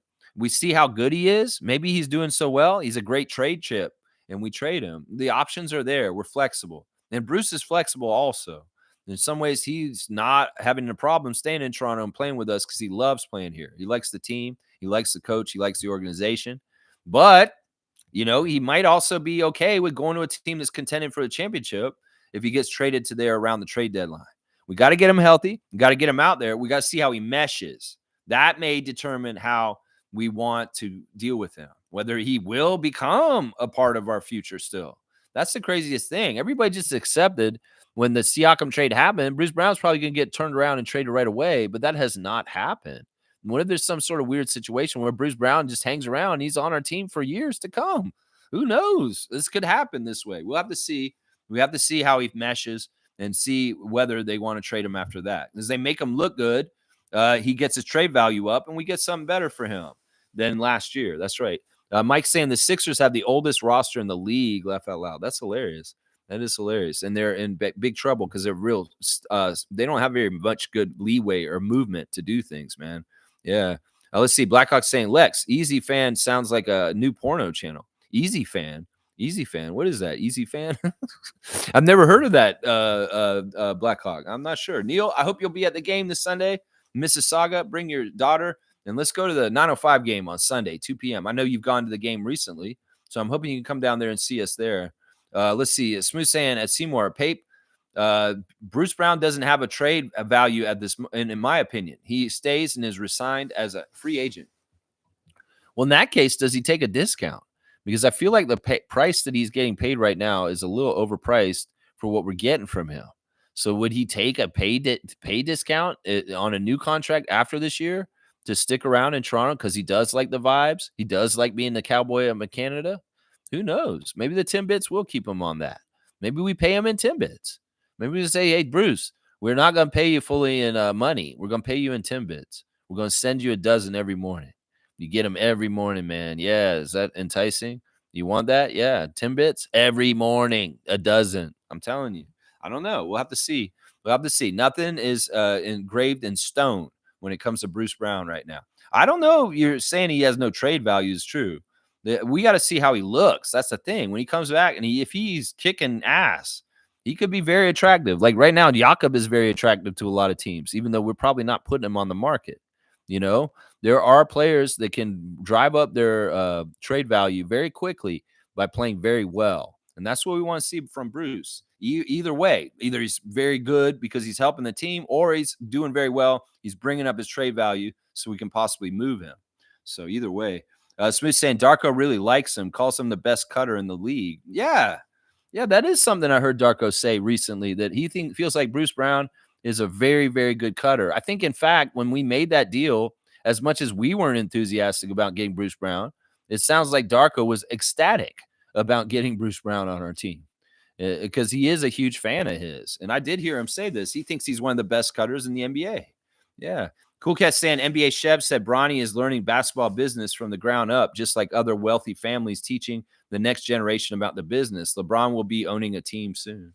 Yeah, well, if he's owning the Las Vegas team and Bronny's not really got a place on any other team, maybe Bron just puts him on the team and says, yeah, you're going to continue playing the league, my son, and I will make sure because I own this team and we will not cut you.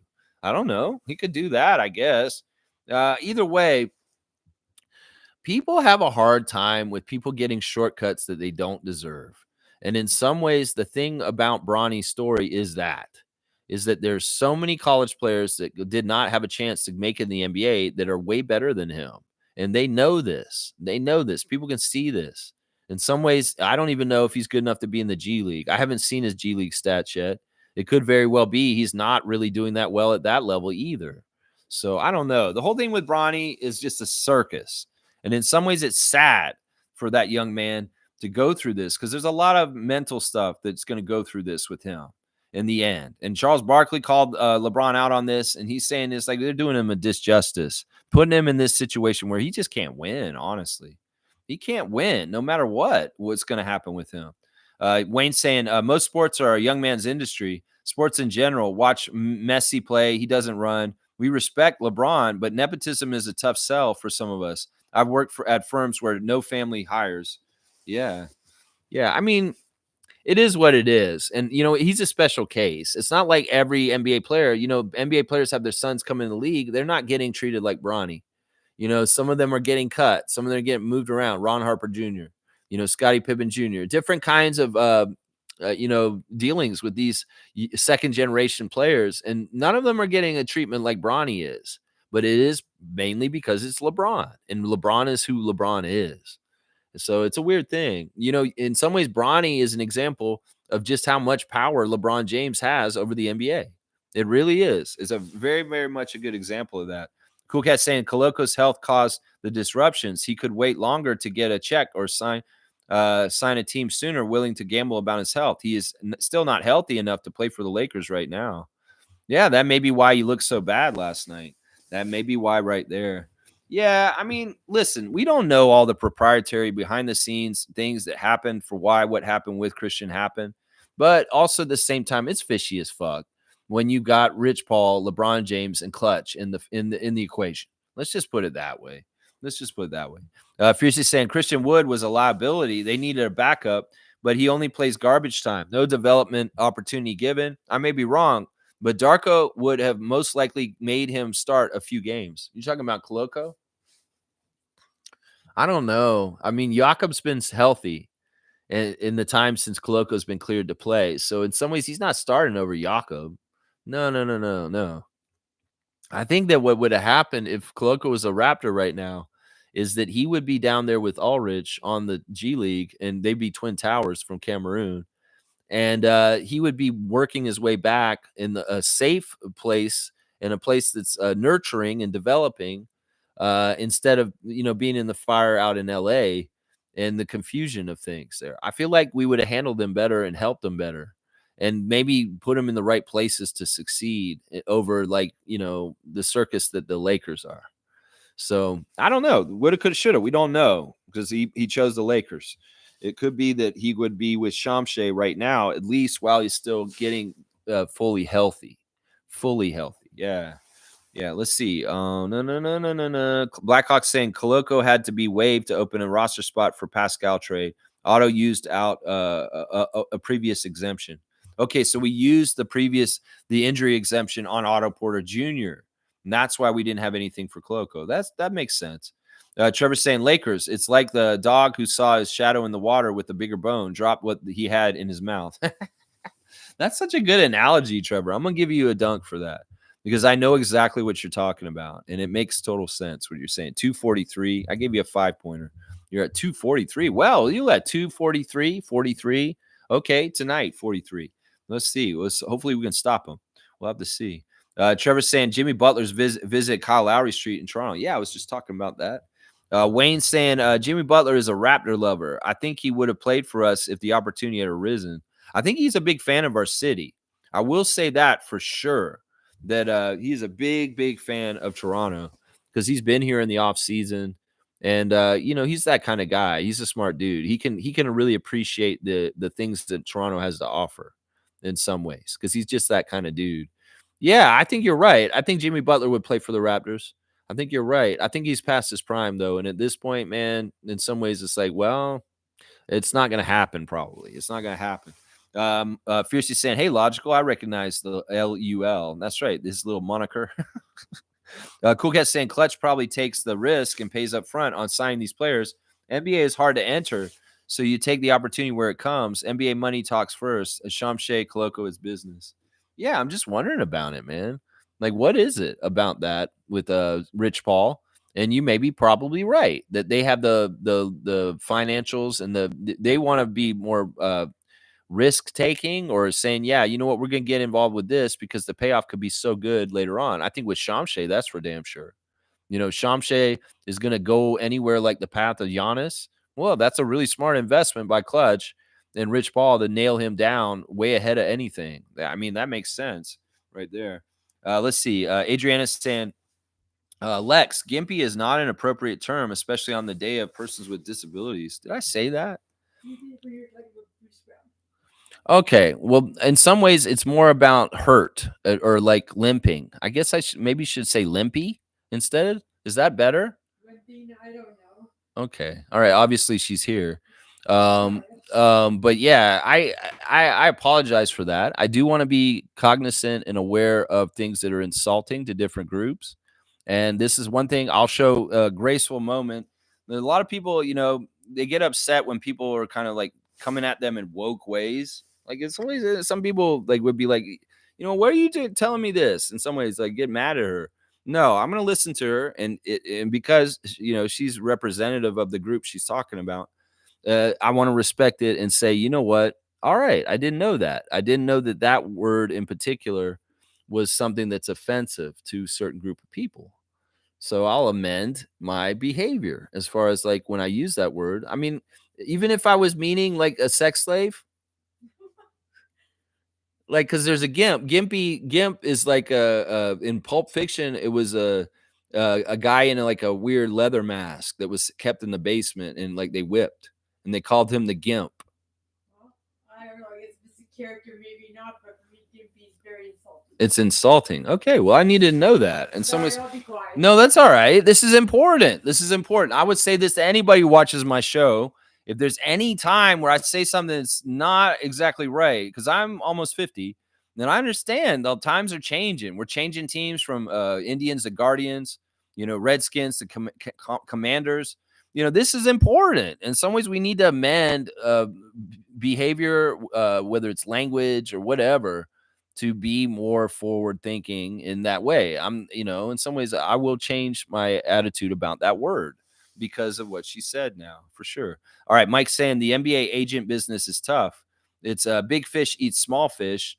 The bigger agencies have more access to sponsors and GMs. Clutch is betting on the next Siakams. They get like 4% of the contract, max 2. Yeah, yeah. This is a speculation market, and I think that Shamshay is a smart bet. So of course, yeah. I mean, and that totally makes sense what Cool Cat's saying too. That it may be these people coming from Africa are like, "Well, I want the money sooner than later because I'm gonna need support and need to be feeling like things are okay." And I totally get that. I get everything you guys are saying here. It makes sense. Makes sense. Carlos saying game day alert, 7 win alert, road to 500 starts now. There you go, Carlos Santino. All right, let's go. Let's go. Fiercely saying Dimwitty paid in crypto. Bruce Brown paid in Timbits. There you go. I like that. Yeah, Spencer Dimwitty wanted to be paid in crypto. That's so weird, man. That's so weird. Fiercey's got my cutoff. Yeah, because I guess Mo's not here today. So Fiercey, thank you for stepping in. Stargate saying Lex, it's more the whole LeBron versus Jordan argument. That whole who's the GOAT thing and how modern NBA fans and players do not respect the players who paved the way like how those old players did. This is annoying in a lot of different areas. Like, it's not just in like sports, like the NBA and the NFL and different places, but in wrestling too. There's just some people just don't understand the people that laid the groundwork ahead of them, the trailblazers and the people that busted through barriers and did things to get these guys the chance to have the ability to make this amount of money and to be involved in these sports like this. Yeah, it's infuriating sometimes. I mean, I get it. Some people really do get into this debate and talking about how older players were not as athletic or as skilled or as all around like good at so many different things. And there is some truth to this. But also at the same time, it's true also that the younger players that are playing now are softer than the players from before. That there's a lot more physicality and getting injuries and playing through them than there are now. People get a hangnail and they sit out now. And that, back in the day, people would play with a broken foot or a broken arm, even. So it's like, I mean, I don't know. There's trade-offs on this. And the other arguments people can make are, well, the sports science and the nutrition and the knowledge of all that and the team amenities that the young players that are given now are way different than they were back before. I mean, NBA teams were traveling in buses in the 80s still. They weren't on charter jets or flying. These guys were getting in buses and going across the country in buses. So in some ways, it's all different. It's different. Things are just different. And arguing eras versus eras is always futile because everybody should just say this is the era now and this is LeBron and this is the era then and it was Jordan. Because in some ways it's a waste of time. It's a waste of time to go on and on about it. My GOAT is Michael Jordan.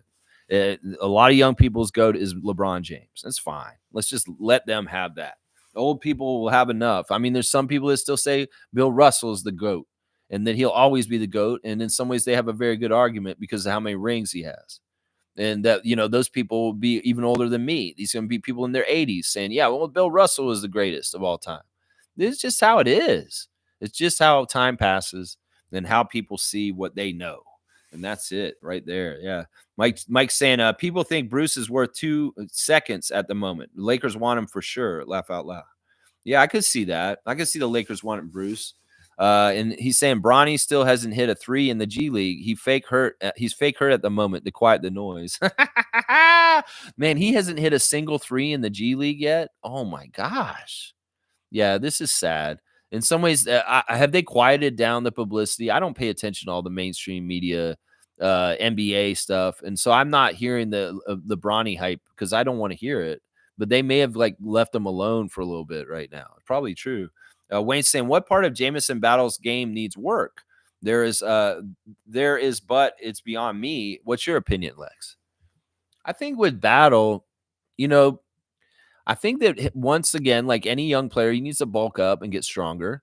I think that if he can get a bit more muscle and strength, that he could be even more effective defensively. I think that is the biggest area where he could be really, really improved. I think that he's pretty good and active defensively already. But I'm just saying, like any of them, if they get stronger, they can do more defensively, like stripping the ball or like making stronger moves offensively where they're like RJ and doing more like that. So I would say build up his strength. I think that his shooting is fantastic and he doesn't need to do anything with that. Darko's been teaching him how to do step aside 3-point shots, and he's been using them very effectively in the last couple weeks. With Darko showing him how to get those spots to shoot shots.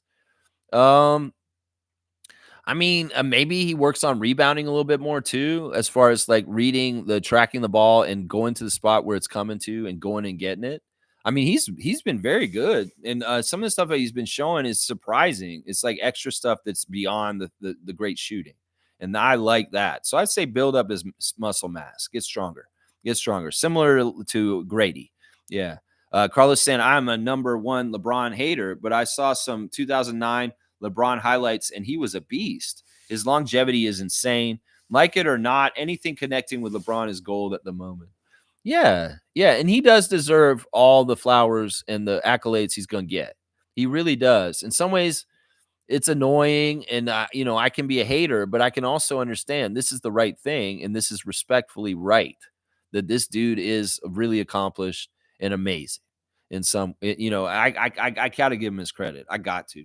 Fiercely saying, "Hey, Adriana, thank you for educating us. I never heard that word and will not repeat it." There you go. So Adriana got through to MJ about that word that I said earlier. I'm not even gonna say it. Thank you. You're welcome. There you go. Cool Cat saying, "Howdy, Adriana. Teach us the things we don't know. It's all a part of growth." There you go. That's the same thing here. Like I said, on this channel, I'm crazy. I have no filter. I say crazy shit, and sometimes I'm not very nice. I know that. And I know at times I may say things that may be offensive. And I don't want to do that. I have blind spots on certain subjects that maybe that I should be more sensitive to. I want y'all to call me out on it. I'm not above reproach. And in some ways, I want to be a better person every day. And one of the ways I can be a better person is being educated in a way like what she just did.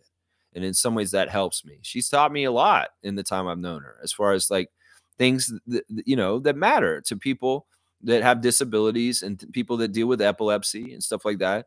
I've learned so much from Adriana, so much, and I want to continue learn. That's what I want. Yeah. Blackhawk saying, GIMP is a plastic string I use in arts and crafts. I used it to make my own wristbands out of it. It's also a powerful graphics art software. Yeah, words will have different meanings in different areas. Yeah. Yeah, for sure. For sure. And I mean that sounds like a technical term for arts and crafts right there. Yeah. I mean, this is all good to know. This is all knowledge. Infamous is saying, "Salute, freaks. Jordan is not the GOAT. No such thing as a GOAT. When did he pass Kareem?" Ooh, Infamous coming with hot fire that is hard to deny. Yeah, Kareem, if you're going by the scoring title, but LeBron's passed him now. Yeah, I mean, a lot of people think Jordan's the GOAT because of his win percentage in the finals, which is perfect. He went to the finals 6 times. He won a title 6 times. LeBron went to the finals how many times? And he lost more of the finals than he won. And that's actually true, I believe, right? I think he lost more in the finals than he actually won between the Warriors and different times he went in there, because he did lose in the finals in Cleveland. He lost in the finals in LA. I'm pretty sure. I'm just saying by the record. I don't know. Either way, Kareem is a great GOAT also, for sure. There you go. It's powerful software. That's right. All right, let's see. Cool Cat saying, yes, I use GIMP, the software. Interesting, the different meanings of the words. So there's a software called that. Huh. Interesting. Okay. Smooth saying, in reference to Juan Soto, the Jays are ready to do the highest offer. Well, good. That front office needs a win. They've been really slacking and not very good. And in some ways, they need to be fired if they don't get something going soon for that Blue Jays franchise, is what I say right now. Mike's saying, no one is defending the move Braun made with Bronny. Everyone knows he's not an NBA player. Yeah. And it's sad, honestly, for the young man.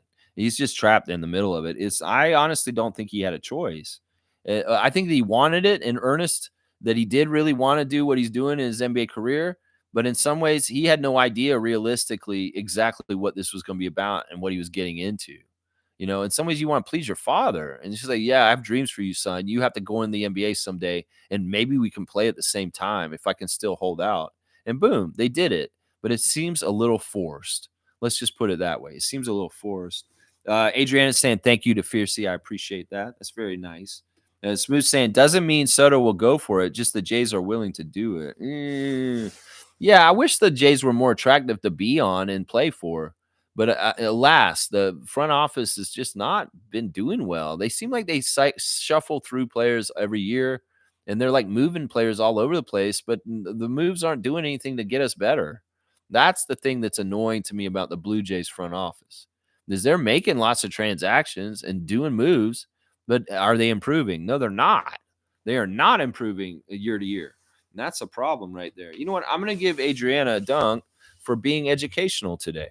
How about that, Adriana? You're going to get a dunk. Let's see. We'll put you in for a 5-pointer. So you got 12, Adriana. You got 12 dunks now. You're happy. All right, good to see. All right, let's see. Infamous saying battles defense needs more work, more swivel on the hips. Getting blown by sometimes. Yeah, you can always work on defensive positioning and footwork and get better at that. I think that he's got pretty good. Like that's the one thing about Battle. He's a really good skill with shooting, but he may not be the quickest guy, like running around and doing stuff. And there may be limitations with him where he could be a problem on defense sometimes because he's not able to guard people like Davion Mitchell or Jacoby Walter. So, every player build's going to have different weaknesses and strengths, just like on NBA 2K. And you got to put those points on those players when you're playing your build. And well, the player build of Jamison Battle has very high 3-point shooting prowess, but maybe some of the other areas are not as talented. Let's just put it that way. So Carlos saying, I'm ready for the heartache again. Jay Soto 2025. And you're talking about Otani. That was just wrong, man. Why did they do that to us? Why would you do that to us, Jeff Passan and all you baseball insiders? Make the Blue Jays nation get all up and feeling real good, and then all of a sudden Dodgers. Yeah, that was wrong. The Otani sweepstakes was wrong. That was really bad. Blackhawks saying, wow, you use GIMP, Cool Cat, Windows or Linux version. Interesting. Yeah, who knows? Infamous saying, winning chips is a team's accomplished. Try again. Winning chips is a team accomplishment. Try again. Okay, so that's why you don't believe in the Jordan GOAT story. Yeah, I guess that's a good argument in some ways. I don't know. I was a Michael Jordan hater when he played, and he was the era that I watched for the most part when I was young, and that's part of the reason why I give him the credit. That's why I give him the credit. Plus, in some ways, the whole LeBron versus Michael thing is trying to piss off the other side by being insulting. So in some ways, I've been on that Michael side because I'm more likely to identify with wanting to piss off the LeBron fans. That's how I look at it right there. Yeah. Mike's laughing at Infamous. And Trevor's saying, Lex, love you have Adriana back in your life. Good woman. She is very hard to find. So hold on, never let go. She's your blessing from God. Yeah, I've been lucky. This kind of just happened in the last couple of days. But things with us are still, what they are. I'll take as much time as I can get with her. Let's just put it that way, Trevor. Let's just put it that way. But yeah, I'm very, very, very blessed and lucky that she happens to be here today. We're very, very lucky. And I'm very happy that she's going to come with us on Sunday too. So yeah, every minute that I get to spend with her is awesome. Is very, very awesome. I'm very, very happy about it. All right. I guess we're near the end of our stream, 13 minutes till 2 hours. So we'll go ahead and we'll do a wrap up and get out of here, guys. Once again, the injuries for the Raptors tonight. Grady Dick has been upgraded to questionable. So he's closer to returning. That's better than what his status was yesterday, which was out. Well, he's questionable. He may be able to play today. We'll have to see. Kelly Olynyk, Emmanuel Quickly, and Bruce Brown are all out for sure. Indiana on the other side, their injuries are as such. Andrew Nebhart is questionable, just like Grady for today. So he's in the same status as Grady Dick, questionable. Andrew Nebhart, Team Canada. Aaron Nesmith is out. Ben Shepherd is out. Isaiah Jackson is out. And James Wiseman is out. So in some ways, Miles Turner being healthy and being available for the game tonight is going to be one of the bigger differences between the last time we played the Pacers and tonight. Is that it's very possible the Pacers will have more help in the middle because their big Lego man is playing today. The referees for today's game, first of all, for the 905, playing the Greensboro Swarm tonight against Reggie Perry, Chelsea Painter, Tyler Merkovich, and Gina Catanzariti are the three refs for our 905 game. The Raptors have Pat Frayer. This will be the third game that Pat Frayer has refereed for the Raptors this season, and both the games before were wins for Toronto. So that bodes well. Maybe the third time's a charm also, that they'll win also tonight. Pat Frere just refereed last week for us. He was fantastic. So I'm very, very happy to see Pat Frere back in Toronto tonight. Ray Acosta is the middle ref, and Michael Smith is the third ref. Technically, Pat and Ray favor the Pacers, and Michael Smith, the great veteran, old referee, favors the Raptors. Very, very, very good ref crew tonight, guys. I like the refs tonight, just like I did the other night against Miami. So we feel good about that. All right. Once again, there's a season of giving. We're going to be doing a game on Sunday at Paramount 5 Food Center. The Raptor Freak family going to go to the game as a hangout, and you are invited. If you want to come to a Raptors 905 game with me and Monique, the super fan, and or Adriana, you can come down there and meet us next Sunday. The game is at 2 p.m. I'm going to try and get down there around 1:15 at the latest, maybe 1 o'clock to 1:15. And I will be trying to get all tickets together, and we'll figure it out there so we can all sit together. Monique's going to tell me what section she's in, and we'll try and get tickets near her in the arena. And also, it's a season of giving. It's a toy drive for that game. So if you are going to come down there and you feel like you can, you want to, bring a toy down there to donate to the cause for Big Brothers, Big Sisters. That's who is taking the toys. There's a birthdays today, guys. Happy birthday today to former Raptors assistant coach Jim Brewer. It's happy birthday to Jim Brewer. I think he's also a scout. I'm not totally sure. I think he's both. And then also happy birthday to former Raptor Lindsey Hunter. Lindsey Hunter, of course, was known for being on the Pistons, but he did play for the Raptors for a little while there. In fact, I have a memory of being on the third floor of the Scotiabank Arena near the elevator to the practice up there, and Lindsey came out. I was actually at a concert. I was working a concert. I forget who the concert was. It was not a Raptors game or a Leaf game. And I was walking up in the concourse, and Lindsey came out of the practice facility, the practice room on the third floor at the Scotiabank Arena. And it was in the middle of I think it was like Cher or something, maybe Mariah Carey or something. But yeah, it was cool to see Lindsey putting in extra work during a concert at the arena. He was in the practice facility putting up shots while there was like a big concert going on. So happy birthday, Lindsey Hunter, who has turned 54 today, 54 years old today, former Raptor Lindsey Hunter. So there's your birthdays for today. Y'all set up your fantasy teams. Gerald's beating me after the first night of action, 5-2 in our fantasy matchup this week. You and your team Canada. Let's see. What else do I have to say today? Is that it? That's it. I think that's all, guys. That is the end of the stream. Thanks for watching me today on the Raptor Freak channel. I'll be back to react to both of the games tonight. The G League game against the Greensboro Swarm, who are 7-1, y'all. We're playing the best G League team in our division right now. Tonight, 905 is a good test. Maybe you can beat this team, and that's good because this team has done very well this year. 7-1 is their record so far. And then Pacers, of course. We'll have reaction to the last NBA Cup, Emirates Cup in-season tournament game tonight. We'll have our fancy purple court out there tonight. We'll be playing on that tonight. That's going to be fun, man. Yeah, the purple court. Very purple. Very, very purple. Oh, look, Randolph showed up right at the end here. All right, let me read everybody's comments, and we'll get out right at the end here. Let's see. Kaz is saying, have a good day, Lex. Go Raps. You too. Drive safe, my friend. And I hope you have a fantastic rest of your day. Let's get these wins tonight. And Wayne saying, in training, I am putting battle against Davion, and during free throw training, DeMar's daughter screaming in the background. All right, you want to dunk? You're getting a dunk. That's hilarious. Yeah, they should just record her and put those the tape on while they're shooting free throws. And I love that. You want Davion to guard battle to make him better when he's trying to get free to make a shot. That's a fantastic idea, honestly. 155 dunks, Wayne. You just got another 5. Cool Cat saying at Blackhawk, I use GIMP open source on my iMac, which is Unix under the hood.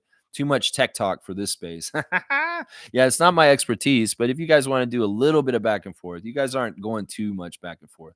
Randolph saying, game day blessings, beloved Raptor Freaks, most informative gang. Always believe that the best is yet to come, and you will live your life with hope and purpose. I love that. I love that so much. You know, we really do premeditate our life for ourselves. You think your life is going to be crappy? Well, you're going to get it. If you think your life is going to be amazing, expansive, full of prosperity, full of growth, full of opportunity, you will get that too. It's really is perception is your reality. And if you want to perceive this is what it is, well, you put yourself in a box. You want to perceive that it's this, well, you have every opportunity in the world. It just depends on your perception of what you want to believe. And there you go. I love that. Randolph, blessings to the Phillips family and all the Raptor Freak families. Thank you for coming in right at the end. Mugarbe's here. Look at Mugarbe sneaking in right at the end. This is an easy win tonight for the Raptors. Halliburton turned back into a pumpkin. He turned into a pumpkin. Oh, really? Is it 9:30? Okay, then. All right. We'll have to see. Turn into a pumpkin. Cool Cat saying at Trevor J, let's give Lex personal space. We say our prayers for them. Yeah, we'll have to see. In some ways, it's still the same place where it's always been. And we're just doing what we do. We really enjoy and love each other. And we just don't get enough time with each other. I mean, we see each other maybe 2 days every 2 weeks or something, maybe even less. It's just how it is. It's just how it is. I live in the country. She lives in the city. And it's just hard to make time. So it is very special that she's out here with me. And I really am very happy that she is here. And I do count my blessings on it. I really do. Mischief saying Raptors are 3 games back of 7th. Let's get this dub this evening. I'm all about that, base man. I'm all about that. And you're about to go on your break for a couple weeks. Life is good for the base man, Jay, for sure. Trevor saying Kings fans said they should have never let go of Davion Mitchell. Yeah. Yeah, you can't, it is what it is. It's already happened. It is what it is. In some ways, y'all got De'Aaron Fox, and you made your decisions, and that's just how it is. That's just how it is. Fiercely saying, okay, just saw LeBron miss 19 straight 3-pointers, hence why the criticism from Laker Nation. Okay, that's not good shooting. That's not good shooting. And Blackhawk saying, Cool Cat, you're blowing my mind. If you told me you had Mac, and then I would assume you're an Adobe person when it comes to graphics. Okay, you guys are getting in it there. Geek Squad. There you go. G saying Jose Calderon has a home in Toronto. Apparently, he rents it out to current Raptors. Don't quote me on that rental stuff, but pretty sure that's where Gasol stayed. That totally makes sense. That totally makes sense. I would see that Jose's held a dress up here. He's an international guy. Man, I should talk about Jose way more. And I need to read his book too. Why am I ignoring Jose Calderon? I do not need to do this. I love him. I think he's one of the greatest Raptor point guards ever. Man, dude, start covering Jose better, Lex. I think this has been a blind spot for me the whole 3 years I've been here. I've not done enough, whether it's trivia on Jose, whether it's Share the Love Club. We need to get Jose his love. Seriously. I'm messing up on that. Chris comes saying, yo, Lex, how are you feeling about Grady coming back? Either way, I feel a home Raptors win coming in tonight. If he's back, that's fantastic. We need him back. We need him back for spacing.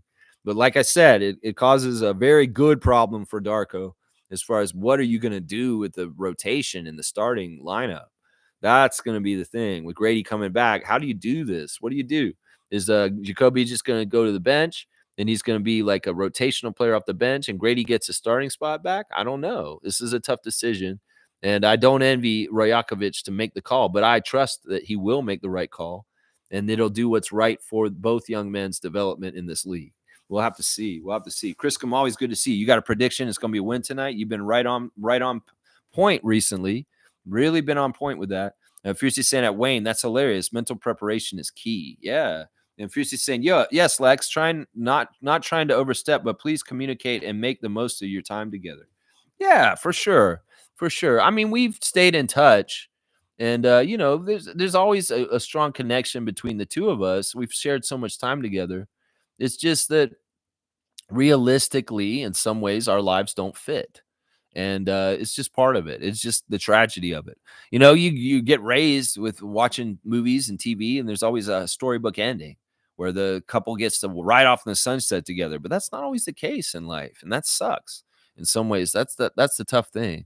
But either way, guys, thank you for watching the Raptor Freak stream today, and I wish all y'all the best, blessed Tuesday. And let's get some W's tonight. Let's get a double victory tonight. Double W's. Double W's. That's what we want tonight, Raptors and Raptors 905.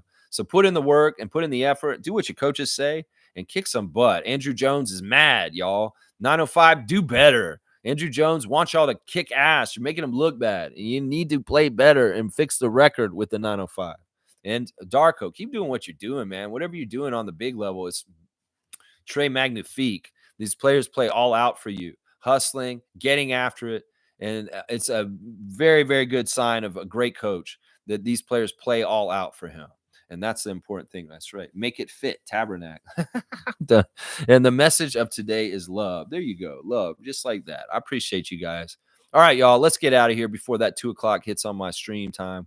All right, 2 hours. All right, let's go, Raptors. Take care of the ball. Make your shots. Pass the ball around. Stay just as dogged on defense as you've been doing, and keep going and get that W tonight. We need number 7 tonight, because in some ways we need to collect these wins. I want 26 by the end of the year, and tonight is number 7. So go get it tonight against Rick Carlisle, Pascal Siakam, and the Indiana Pacers. Let's go, Raptors. Let's go, Raptors. Please like, comment, subscribe, share, or even join the channel. Go out and touch grass. Let's go.